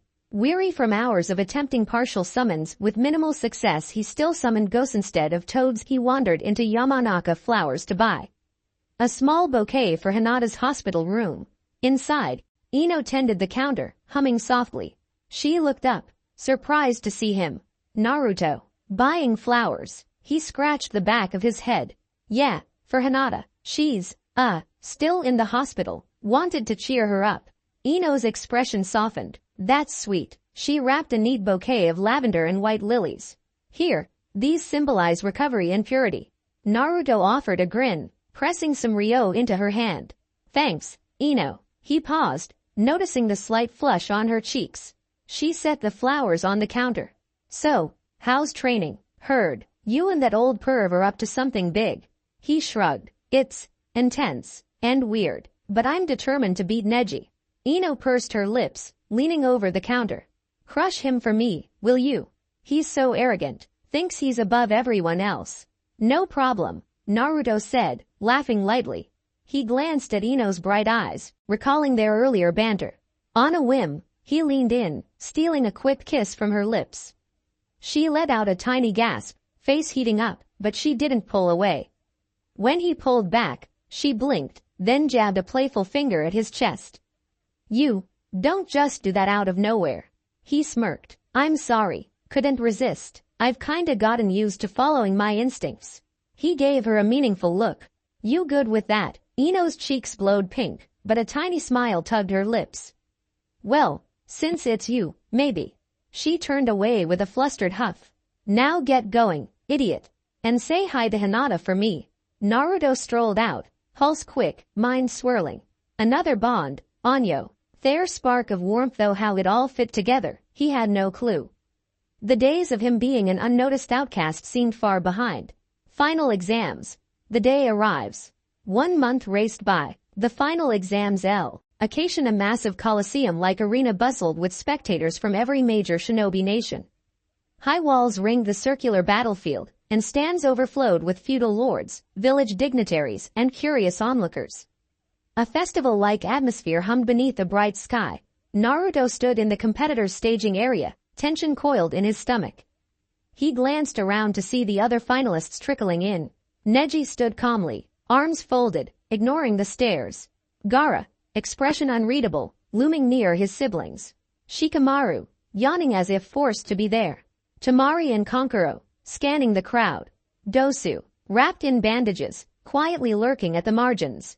Sasuke was nowhere in sight, fueling speculation. Sakura, seated in the stands, repeatedly glanced around in worry. In a flash of swirling leaves, Genma Shiranui, the new proctor, appeared, Senbon dangling from his lips. All finalists, gather on the field. Naruto versus Neji. Genma wasted no time. First match. Naruto Uzumaki versus Neji Hyuga. Everyone else, clear the area. Naruto's heartbeat thundered. He locked eyes with Neji across the arena. Neji's face remained emotionless, but faint contempt glinted in his gaze. They strode to the center, crowd roaring. The stands were packed. Naruto's gaze flicked up to see Ino, Tenten, and even Anko leaning over a balcony. Farther up, Jiraiya and the third Hokage observed from a VIP section. Bast's invisible presence flickered at the edge of Naruto's awareness, as if the goddess watched from beyond mortal sight. Genma raised his hand. Begin. Neji sprang into his gentle fist stance, veins around his eyes bulging. Fate has already decided the outcome. You can't beat a Hyuga main branch trait like mine. Naruto formed a half-dozen shadow clones instantly. I make my own fate. The clones attacked in unison, swirling around Neji to strike from multiple directions. Neji spun in a precise circle, in a dome of chakra, blasting the clones away in puffs of smoke. Naruto, the real one, rolled to avoid the brunt, but the shockwave rattled him. He's strong, Naruto muttered, standing. Then I'll get serious. He threw more clones into the fray, mixing illusions so Neji couldn't easily pinpoint the real Naruto. But Neji's Byakugan saw through the illusions, picking off each clone with crippling palm strikes. A single touch from gentle fist made them vanish. Naruto's frustration mounted. After a flurry of attempts, Naruto landed a glancing punch on Neji's shoulder, but Neji retaliated with a palm thrust to Naruto's chest. The blow disrupted Naruto's chakra flow, making him stagger. The crowd gasped. Neji's voice carried over the hush. Give up. You're doomed by destiny, just like Hinata. Naruto's anger spiked. You talk about destiny. I'm sick of that crap. He clenched his fists, a stirring in his core. He felt the Kyuubi's presence flicker, but also Bast's, urging him to fight. The two forces overlapped, giving him a rush of raw power. He unleashed a primal roar, eyes momentarily shining with that faint silver glow. Neji flinched, sensing something unnatural. Naruto closed in, ignoring the pain in his chakra points. With an unrelenting combo, he forced Neji to defend, leaving no room to breathe. Neji tried another Kaden, but Naruto's reflexes bolstered by goddess instincts let him slip inside the spinning shield, delivering a punishing strike to Neji's torso. Neji's eyes widened in shock as he tumbled backward, gasping. The stadium erupted in cheers. Naruto loomed over him, chest heaving. "I'm not done." He raised a trembling fist, preparing to finish it. Neji spat blood, frustration painting his features. "How did you break through, Kaden?" Naruto's expression hardened. "Because I refused to quit." In a final thrust, he knocked Neji unconscious with a single blow. Genma declared, "Winner, Naruto Uzumaki." The crowd roared. Naruto fell to one knee, panting. With a shaky grin, he gazed up at the stands. Tenten pumped a fist in the air. Ino squealed with delight. Hinata, bandaged but watching, smiled softly. Even Sakura, though disappointed at not advancing, was proud of him. One step closer, Naruto thought. "I'll keep moving forward no matter what." Orochimaru's invasion begins. The following matches passed in a blur. Shikamaru's surprising forfeit to Temari, Gaara's brutal fights. Sasuke finally arrived to face Gaara, unveiling the Chidori taught by Kakashi. The atmosphere crackled with suspense. But as Sasuke clashed with Gaara's sand, all hell broke loose. A genjutsu wave rippled through the stadium. The stands erupted into chaos. Suna and Oto Shinobi, disguised among the crowd, launched an invasion. Orochimaru, hidden under the guise of the cage, seized the third Hokage in a swirl of assassins. Giant snakes battered the arena walls. Naruto's instincts screamed. He saw villagers running, illusions blanketing them in sleep. Fire flared from the ramparts. Sasuke tore off after Gaara, who fled in a monstrous partial Shukaku form. The entire exam had transformed into a battlefield. Jiraiya leapt into action, summoning a giant toad to counter the snakes. Enko joined the fight, flipping across the stadium seats, slashing Oto Nin left and right. Everywhere was turmoil. Naruto sprinted through the chaos, eyes darting for any sign of his friends. He found Sakura pinned by a pair of sand mercenaries. Before they could harm her, Naruto lunged, dispatching them with a flurry of kunai. He pulled Sakura to her feet, adrenaline surging. "You okay?" he yelled over the din. She nodded shakily. "Yeah. I'm going to help evac civilians." "You go." He squeezed her hand in a brief show of solidarity, then dashed off. Some primal call pulled him in the direction of Sasuke and Gaara. He wanted to protect them, to end this madness. Confrontation in the forest. Naruto followed the trail of destruction left by Gaara's partial transformation. Trees lay shattered as Gaara's sand monstrousness advanced. Sasuke, outmatched, lay on the ground. Her seal flaring danger ahead, half his body morphing into Shukaku's features. "Naruto, get out of here," Sasuke rasped, struggling to stand. Naruto ignored him, stepping forward. "Gaara, enough." Gaara's eyes flickered with madness. "I must prove my existence, by killing you." Sand tendrils lashed out. Naruto summoned a wave of shadow clones, engaging the swirling mass. Fear gnawed at him. Gaara's transformation was even more extreme than the last time. But he clung to the memory of Bast's power. If he could muster that unstoppable surge again, maybe he could save Sasuke. Time blurred in a frenzy of sand blasts, swirling clones, and partial transformations. Gaara roared, forcing a monstrous sandy arm to slam into Naruto, sending him tumbling. Sasuke attempted a desperate Chidori, but the cursed seal threatened to consume him again, leaving him racked in pain. A mental flash of Bast's voice whispered in Naruto's ear, "Release the hunt. Protect your pack." Naruto forced himself to stand, ignoring the bruises. He closed his eyes, summoning that primal well within. A faint silver radiance coursed over his skin, melding with the red flicker of nine tails. He felt two energies swirl, not in conflict but in a strange synergy, guided by that underlying divine presence. His eyes snapped open, pupils slitted. In a blur, he tore through Gaara's sand limbs, landing a thunderous punch that cracked the hardened shell around Gaara's body. Gaara coughed up blood, staggering. Naruto pinned him, panting. You're not alone, he hissed, recalling Gaara's lonely madness. Stop this. But Gaara, half lost in fury, tried one last surge of sand. Naruto had no choice. He struck with an amplified blow, the silver-red glow lancing Gaara's chakra. Gaara collapsed, unconscious. Sasuke watched, stunned. Naruto. How? He saw the swirling aura fade from Naruto's frame, replaced by an exhausted slump. Before Naruto could answer, the ground quaked. Explo. Scions echoed in the distance. Konoha was still under assault. Panting, Naruto forced himself upright. We have to go back. The village. The Hokage. Sasuke nodded, painfully hauling himself to his feet. With Gaara incapacitated, the immediate threat was over for them.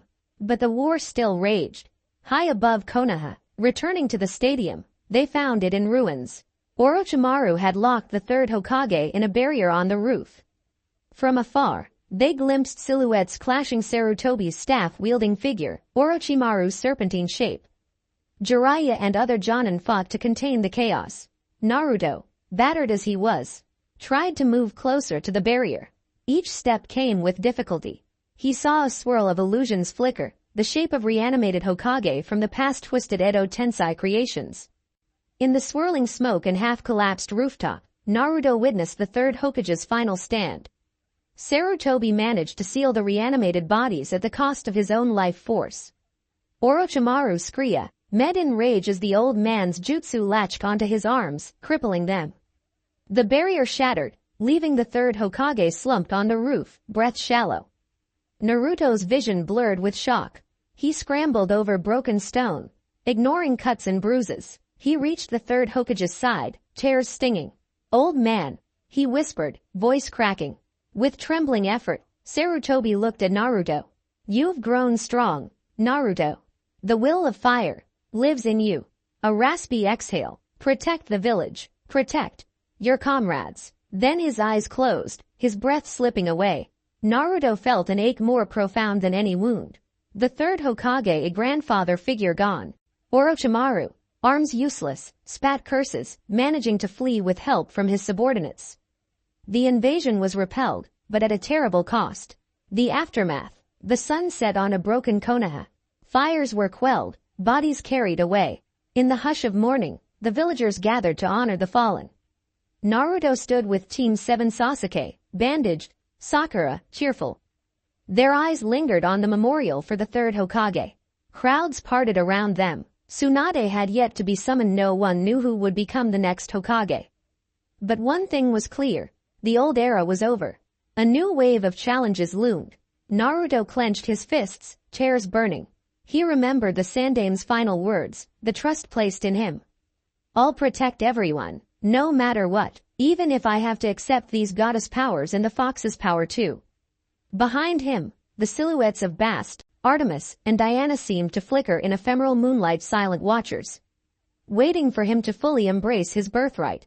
Meanwhile, Orochimaru's threat still festered, and the village needed a new pillar of strength. Shadows of future conflict stirred, from the Lumen Akatsuki to the possibility of other divine forces sensing Naruto's presence. For tonight, though, grief and exhaustion hung heavy, Naruto joined the others in a solemn moment of silence, the torch eyed illuminating tear-streaked faces across Konoha. A vow formed in his heart. No more senseless deaths on his watch. The tri-goddess child would rise to the challenge, forging ahead with unwavering resolve even as the sin of gods and men alike threatened the fragile peace of the shinobi world. He looked at Sasuke, Sakura, and all those who had become precious to him. He'd protect them, harnessing every ounce of mortal will and divine legacy. Nothing would stop him, not Orochimaru, not a pantheon of enemies, not even the 9 tails sealed within him. He took a trembling breath, standing with new conviction in the wounded heart of his village. They had survived the invasion. Now began the real fight for the future, for those he loved, and for the destiny he'd shape with his own 2 hands. Chapter 5. Ascension and a New Horizon. Early morning light filtered through the broken walls of Konoha, illuminating the devastation left by Orochimaru's invasion. Repair crews had been working tirelessly. Though pockets of rubble and charred timber remained, the village's will of fire still burned bright. Villagers exchanged grim smiles, determined to rebuild together. Naruto stood atop a partially collapsed rooftop, surveying the reconstruction below. Something about the crisp air felt different. He closed his eyes and inhaled slowly, sensing faint echoes of Bast, Artemis, and Diana alike. Gentle presences hovering at the edges of his awareness. It reminded him that a greater destiny beckoned, and every breath pulled him closer to it. Konoha streets, a somber mood. Days had passed the funeral rites for the third Hokage. The mood throughout the village remained subdued, each person grappling with loss. Ceremonies had honored the fallen, but the gaping hole in leadership loomed. Whispers circulated about who would succeed Hiruzen Sarutobi as the fifth Hokage. Many pinned their hopes on Tsunade, the Slug Princess, and another legendary Sannin if she could be found and convinced to return. Team 7 had been in limbo. Kakashi recovered from the invasion's aftermath, while Sasuke battled inner turmoil over his cursed seal and humiliating near defeat. Sakura, though supporting relief efforts, frequently checked on both Sasuke and Naruto, uncertain where their hearts now lay. As for Naruto, rumors spread through the village, how he had confronted Gaara's monstrous form, how bizarre energies had flared around him during the fight. Some chalked it up to the Nine Tails, but sharper minds suspected something else. And so, Naruto found himself both admired and quietly feared. He tried to shove away the awkwardness by helping with repairs, bounding across rooftops to deliver supplies or coax laughter out of frightened children. But always, that underlying tension tugged at him, a feeling that the normal life of a shinobi might no longer be his alone. Training field. A difficult reunion. One afternoon, after assisting with cleanup, Naruto headed to Training Field 7, hoping to find Kakashi. Instead, he found Sasuke practicing alone, each kick and punch sharper than the last. THs flicked over when Naruto approached. "Hey, Tem," Naruto said softly, halting a few paces away. Sasuke froze mid-kick. He set his foot down, chest heaving. His expression was a tangle of anger and shame. "What do you want, Dobi?" Naruto ignored the insult. "Just checking on you. Your mark, is it stable?"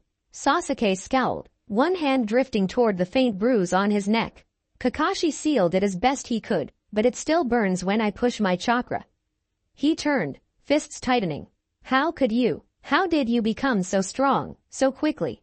At the finals, with Gaara, that power. Naruto felt that old mixture of pride and confusion. How could he explain that he was the son of 3 goddesses? That this primeval force simmered in his blood, mixing with the Nine Tails chakra. He swallowed. "It's complicated." Sasuke's eyes flashed. "You're hiding something." Naruto exhaled, deciding partial honesty might be best. "Something inside me, like the fox, but not exactly. A heritage I barely understand. It helped me fight Gaara." Sasuke studied him, frustration evident. "So you rely on some external power to surpass me. Meanwhile, I'm stuck with a seal that tries to corrupt me." He let out a bitter laugh. "Great." Naruto's temper flared. "I'm not relying on it, it's mine. I'm working hard to control it." He forced himself to calm. "Look, I'm just checking you're okay." They locked eyes, two rivals burdened by different curses. After a tense silence, Sasuke looked away. "I'll get stronger too. Don't think I'll let you stay ahead." Naruto mustered a small, wry grin. "I wouldn't have it any other way, Tem."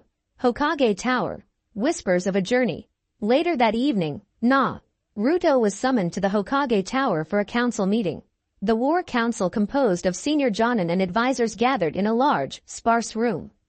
Naruto stood at the edge, feeling out of place among older, battle-hardened shinobi. Kakashi lounged nearby, arms crossed, while Jiraiya took a central spot, arms folded in annoyance. One of the advisors, Homura, cleared his throat. "We must secure leadership. Lord Jiraiya, we request you become the 5th Hokage." Jiraiya snorted. "I've said it before, I'm not Hokage material. But I'll find someone who is. Tsunade. I'm sure she can handle it if we can convince her." Kakashi spoke quietly. "We also need to watch Orochimaru's movements.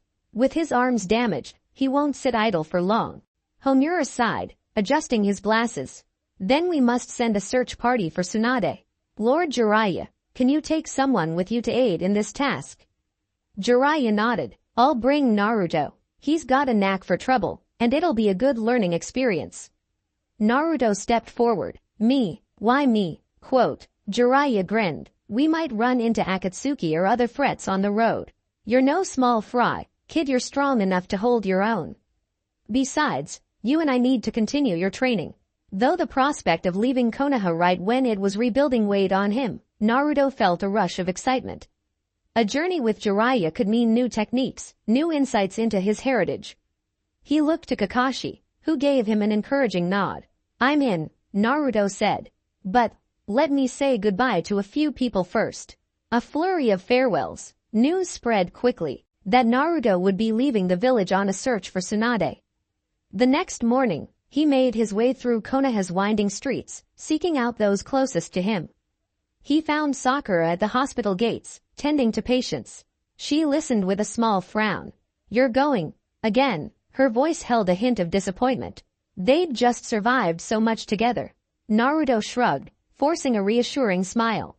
Just for a little while. Once Lady Tsunade's back, we'll have a new Hokage. Then, maybe we can all get stronger together. He reached out, brushed his fingers lightly across her cheek. Take care of yourself, Sakura-chan. Her eyes wavered, tears threatening. But she nodded, clasping his hand in hers for a moment. You'd better come back in one piece, Naruto. Next was Hinata, still Riku. Parading but now strong enough to walk short distances. She stood in the Hyuga courtyard, practicing gentle stretches. Upon seeing Naruto, her face lit up, and she quickly bowed. Naruto-kun, you're leaving. I heard rumors. He explained the mission, noticing how her shoulders drooped. I'll be back soon, he said, patting her arm gently. In the meantime, focus on your own training, okay? Hinata's gaze held quiet determination. I will, and thank you for the flowers you brought me. They were lovely. Naruto leaned in impulsively, dropping a quick kiss on her forehead. Her cheeks flamed pink, but a shy smile blossomed. Stay safe, she whispered, heart pounding. At Ino's family flower shop, Naruto found her carefully arranging vibrant peonies. She looked up, heart forming. So you're off on another grand adventure, huh? He chuckled. Seems that way. I'll try not to get into too much trouble. She set aside a bouquet. Well, if you do, come back with good stories. And, here, she SSED a small charm into his hand, a wooden blossom engraved with the Yamanaka symbol. For luck, touched, he leaned in, capturing her lips in a playful kiss. She laughed softly into it, cheeks warming. Show off, she teased after they parted. Finally, he bumped into Tenten near the blacksmith district. She had just picked up new weapon scrolls for her training. Heard you're leaving, she said, resting a hand on her hip. Guess we won't have that spar we talked about anytime soon. He shrugged, smirking. I'll owe you one when I'm back. Maybe we can see who's improved more. Her eyes danced with challenge. Deal, fox boy. She hesitated, then grabbed a fistful of his jacket, pulling him in for a swift kiss, heedless of passing shoppers. When they broke apart, she gave him a confident grin. Don't take too long. As Naruto left her, heart fluttering, he considered how bizarre and wonderful it was to have so many connections, so many who cared for him.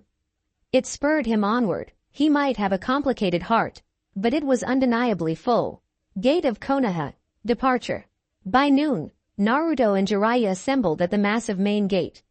The Toad Sage hefted a travel pack, giving a casual wave to the gate guards. Shall we? Naruto nodded, glancing back one last time. Sakura stood in the distance, alongside Kakashi and a bandaged Sasuke. The pink-haired Kunoichi waved, while Sasuke offered a curt nod. Naruto's chest clenched with an odd mix of longing and resolve. He'd come back stronger for himself, for them, and for the dream of the Hokage who'd given his life to protect the village. With that, he stepped beyond the walls, joining Jiraiya on the winding road. On the road, the call of the moon. They traveled for days, passing through small towns and wide plains. Jiraiya alternate between legitimate leads on Tsunade's whereabouts and far too many detours to hot springs or shady bars, often under the excuse of collecting intel. Naruto grumbled but had to admit the weirdo L.D. Sage was a wealth of knowledge when it came to advanced techniques. One night, they set camp by a remote lake. A crisp moon shone overhead, lighting the water with silver ripples. Jiraiya snored a short distance away, curled in a sleeping bag, while Naruto stood at the water's edge, restless. The reflection of the moon drew him in. A subtle shiver coursed through his limbs. The night air felt charged familiar. He closed his eyes, reaching inward. Bast, Artemis, Diana. A mild breeze rustled the reeds, and a hush fell. He sensed a gentle presence, then realized he wasn't dreaming. 3 faint, luminescent forms glided onto the water's surface. Bast with her feline grace, Artemis with her bow, Diana with her regal poise. Their images were wispy, ephemeral. Bast's voice purred in the air. Our child, you've grown bolder. We are pleased. Naruto's heart pounded. Why are you here, physically? Artemis. Cool, clear tone answered. Your power stirs dangerously. Conflicts in this realm spiral. We come to offer clarity. Diana inclined her head. Orochimaru's meddling is but one threat. Other pantheons sense your awakening. The 9 tails is overshadowed by what you truly are, divine scion of the hunt, the moon. And primal magic. Naruto swallowed. Then, are enemies going to start hunting me because of it? Bast nodded, eyes glinting like starlight. Many fear what they do not understand. Some gods or demigods may seek to claim or destroy you. Even so, you must walk your own path. Frustration warred with awe. I can barely grasp all this. I'm just trying to protect my friends, my village. Artemis stepped closer, her figure shimmering. That is enough for now. Protect those dear to you. Grow your power. Embrace the moon's gift, your speed, senses, regeneration. Let Bast's cunning guide you. And know that Diana's aspect of the hunt lives within you. Naruto gazed at them, raw emotion brimming. He remembered the 3rd Hokage's last words, telling him to guard the village. He thought of Sasuke's pride, Sakura's unwavering faith, the kisses from Tenten and Ino, the shy warmth of Hinata. He had so much to fight for. Diana's voice turned somber. Yet be warned. The line between mortal and divine will blur. You are both, and so your enemies and allies will come from both worlds. He took a breath. I won't run. I'll face them. Bast smiled, an affectionate glimmer in her feline eyes. We shall watch over you. And when next we meet, your power will be tested further. One by one, their forms shimmered, dissolving into moonlit motes. The lake's surface went still, leaving Naruto alone with the pounding of his heart. Jiraiya's suspicions. The next morning, Jiraiya pretended not to notice Naruto's restless energy as they broke camp. But his sharp gaze didn't miss the bits of conversation Naruto muttered in his sleep about moon and divinity. After a few hours on the road, Jiraiya finally asked, "You keep saying you have another power. Not just the fox. Care to elaborate?" Naruto hesitated. It's complicated, some link to ancient goddesses. I keep seeing them in visions. Bast, Artemis, Diana. They say they're my mothers, or aspects of the same goddess. I don't fully get it.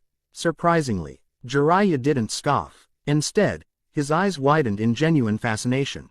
Bast, Egyptian pantheon. Artemis, Greek. Diana, Roman. If that's true, you have a trifecta of deities in your bloodline. He rubbed his jaw thoughtfully. Explains your bizarre summons and that silver glow you wield. Naruto's shoulders eased, relieved that Jiraiya didn't call him crazy. Yeah, I summoned a giant panther once. Totally by accident. Jiraiya exhaled, deep in thought. This is big, Naruto. Divine interference in the shinobi world is rare, especially from multiple pantheons. If they're your mothers, then you're some kind of demigod or hybrid. That power could dwarf even the tailed beasts eventually. Naruto gulped. You think so? Potentially, Jiraiya said grimly. It also means you'll attract enemies beyond the usual scope. So keep training. Hone both the 9 tails chakra and this divine heritage. Even I can't teach you how to handle godly powers, but I can help you refine your base. Naruto nodded, strangely comforted. All right, curvy sage, I'll do my best. Stop calling me that, Jiraiya snapped, though his lips twitched in a grudging smile. Finding Tsunade. After more days of wandering, gambling halls, and false leads, they finally tracked Tsunade to a small town known for its hot springs. Jiraiya strolled into a local tavern with Naruto, scanning for the familiar blonde silhouette. Sure enough, At the far end sat a woman in a green haori, swirling sake in a cup. Tsunade, famed Sanin and legendary sucker for gambling. Beside her was a petite, dark-haired woman, Shizune, eyeing Tsunade with exasperation. Jiraiya approached, arms wide. Long time, Tsunade. She glanced up, recognized him, and groaned. Jiraiya, great, here to nag me about returning to Konoha. Shizune bowed politely to Naruto. Hello, she offered, though her gaze was wary. Tsunade exhaled. If this is about the Hokage thing, forget it. The village can find someone else. Jiraiya's tone turned serious. The third is dead. Orochimaru killed him. Konoha needs you. At that, Tsunade's hand trembled around her sake cup, eyes narrowing with pain. Hiruzen-sensei is gone. She set the cup down. Damn it, that old fool. She slammed some money on the table and stood abruptly. Let's talk outside. A heated confrontation. They gathered in a quiet clearing near the edge of town. Naruto tried to hold his tongue, but Tsunade's dismissive air toward the Hokage title grated on him. Finally, he snapped. How can you talk like that? The Hokage protected our village, protected us. And you call him a fool. Quote. Tsunade's eyes blazed. Watch your mouth, brat. You don't know a damn thing about the sacrifices that title demands. Naruto clenched his fists. I know enough to respect it. The third died fighting to save Konoha. And if you're too cowardly to step up, then you're no better than Orochimaru. The atmosphere crackled. Even Jiraiya frowned, suspecting that was a step too far. But Tsunade's anger spiked. She lunged at Naruto in a blur, intending to teach him a lesson with a single finger flicked to the forehead, her monstrous strength behind it. But Naruto braced, adrenaline roaring. He felt a flicker of that goddess power. In a split second, he managed to twist aside, lessening the blow. He still flew back, crashing through a wooden railing, but he didn't break in half. Pain radiated through him, yet he refused to stay down. He lurched upright, spitting a bit of blood. Tsunade stared, surprised he wasn't unconscious. Naruto wiped his mouth. Being Hokage means never giving up on the village. He formed a trembling shadow clone. I'll prove it if I have to. Her expression turned grim. Fine, come at me. If you land a single hit, I'll hear you out about becoming Hokage. Naruto's determined strike. Jiraiya sighed but made no move to stop them. Shizune watched anxiously. Tsunade approached, each step radiating raw power. She clearly outclassed Naruto in experience and physical strength. But Naruto had resilience and something more. He rushed forward, chakra swirling in his palm. Jiraiya had been teaching him the Rasengan in bits and pieces. Naruto didn't have it mastered. But he concentrated, trying to form that rotating sphere of chakra. The swirl flickered, half-formed. Tsunade saw the shape and recognized the technique. Her eyes narrowed. Minato's jutsu. She crouched, ready to dodge, but Naruto feinted left. At the last instant, he tapped into that subtle silver glow from Bast's domain, a burst of agility. In a blur, he slammed the incomplete Rasengan into the ground, catapulting himself upward. Surprised, Tsunade didn't move fast enough to fully evade. Naruto managed to graze her shoulder, the compressed chakra making a small impact. Though it wasn't a direct blow, it was a hit. Tsunade hissed, stumbling a step. She shot him an incredulous look, then let out a short laugh, grim but impressed. You actually landed one. Damn brat. Naruto wobbled, panting. So, you'll listen. She observed him for a long moment, crossing her arms.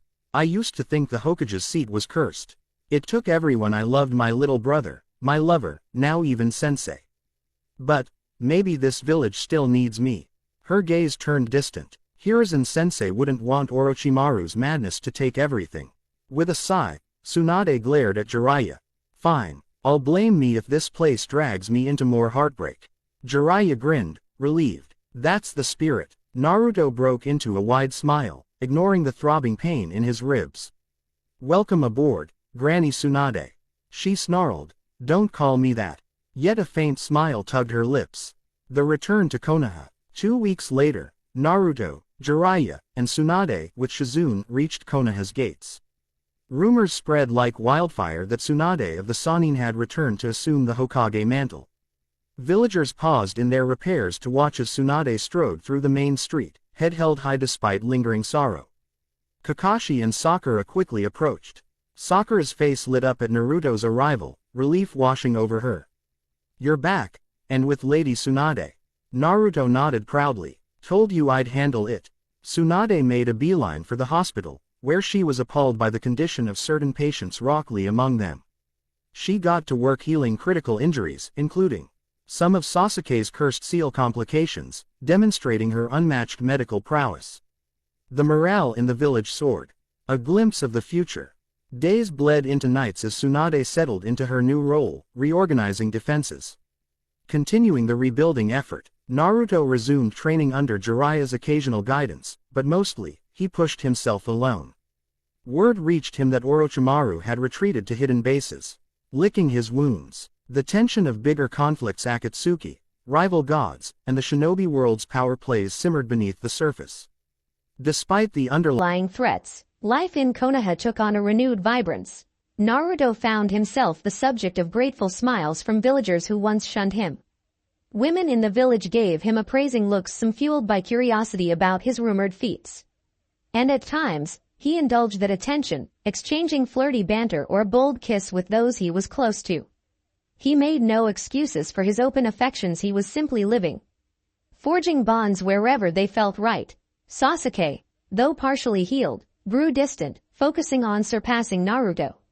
The friction between them crackled, but Naruto saw in Sasuke's eyes a deep conflict, something that might drive them to a reckoning someday. Meanwhile, Naruto's nights remained punctuated by whispers in his mind. The tri-goddesses didn't appear in physical form again, but he sensed them more strongly than ever. Sometimes, he'd catch a glimpse of silver in his reflection, or feel a faint purr at his ear. He embraced it, half proud, half wary, determined to shape his divine heritage into a tool for protection rather than destruction. Moonlit gathering. Late one evening, Naruto found himself invited to a small get-together at a newly rebuilt tea shop. A handful of Kunoichi Ino, Tenten, Sakura, and Hinata all somehow ended up at the same table, sipping tea or nibbling dango. Conversation flowed awkwardly at first, each woman eyeing Naruto with varying degrees of curiosity, exasperation, or affection. Sakura coughed. "So, Naruto, you've, been busy since the exams." Her gaze flicked to the others, clearly referencing the growing romantic tension in the air. Naruto rubbed the back of his neck. "I guess you could say that," he mumbled, cheeks reddening slightly under their combined scrutiny. Ino leaned forward, smirking. "He's definitely gotten a bit too big for his britches. Flirting with everyone, am I right?" Tenten snorted. "Yet we keep letting him." She shot Naruto a teasing glare. "You do realize this is kinda crazy, right?" Naruto gave a wry grin. Yeah, but you're all important to me." His blue eyes darted from one to the other. "I don't want to push anyone away. If you think I'm just messing around." "Stop," Sakura interrupted, surprising everyone. "We know you care, and we'll figure it out." She glanced around, noticing how Ino's smirk softened, how Tenten's posture relaxed, how Hinata fiddled shyly but stayed put. "Just don't break our hearts, Naruto." Naruto felt warmth surge in his chest. "I won't," he promised, voice low. A hush fell. Then, in a moment of impulsive bravado, perhaps fueled by relief or the faint sense of moonlit energy, Naruto caught Hinata's hand, leaning to give her a soft kiss on the cheek. She squeaked, face aflame, but didn't pull away. A second later, he turned to Ino and teased a quick kiss to her temple. Tenten rolled her eyes, but a laugh escaped her. Even Sakura found herself stifling an amused snort. It was messy, unorthodox, but they all shared a tenuous acceptance that something bound them together. A web of feelings, some brand new, some slow growing. They might not have called it a harem, but the vibe was unmistakable. They each had a piece of Naruto's heart, and for now, they were okay with that. Cracks in the horizon. In the days that followed, Tsunade officially took the Hokage seat. Formal ceremonies, subdued by the scars of invasion, still carried a note of optimism. The will of fire burned anew. Naruto, standing near the front with Jiraiya and the rest of Team 7, watched Tsunade accept the hat with a resolute gaze. However, peace was fleeting. Kakashi received intelligence about Akatsuki movements, rumored hunts for Jinchuriki, Orochimaru's name surfaced again in dark whispers, and Sasuke's lust for power simmered dangerously. Amid these looming threats, Naruto felt his goddess heritage stir. He found himself dreaming of ancient temples, hearing faint calls from distant pantheons.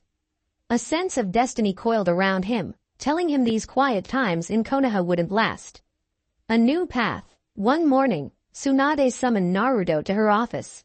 Scrolls and documents lay scattered across the desk, detailing the village's rebuilding and new missions.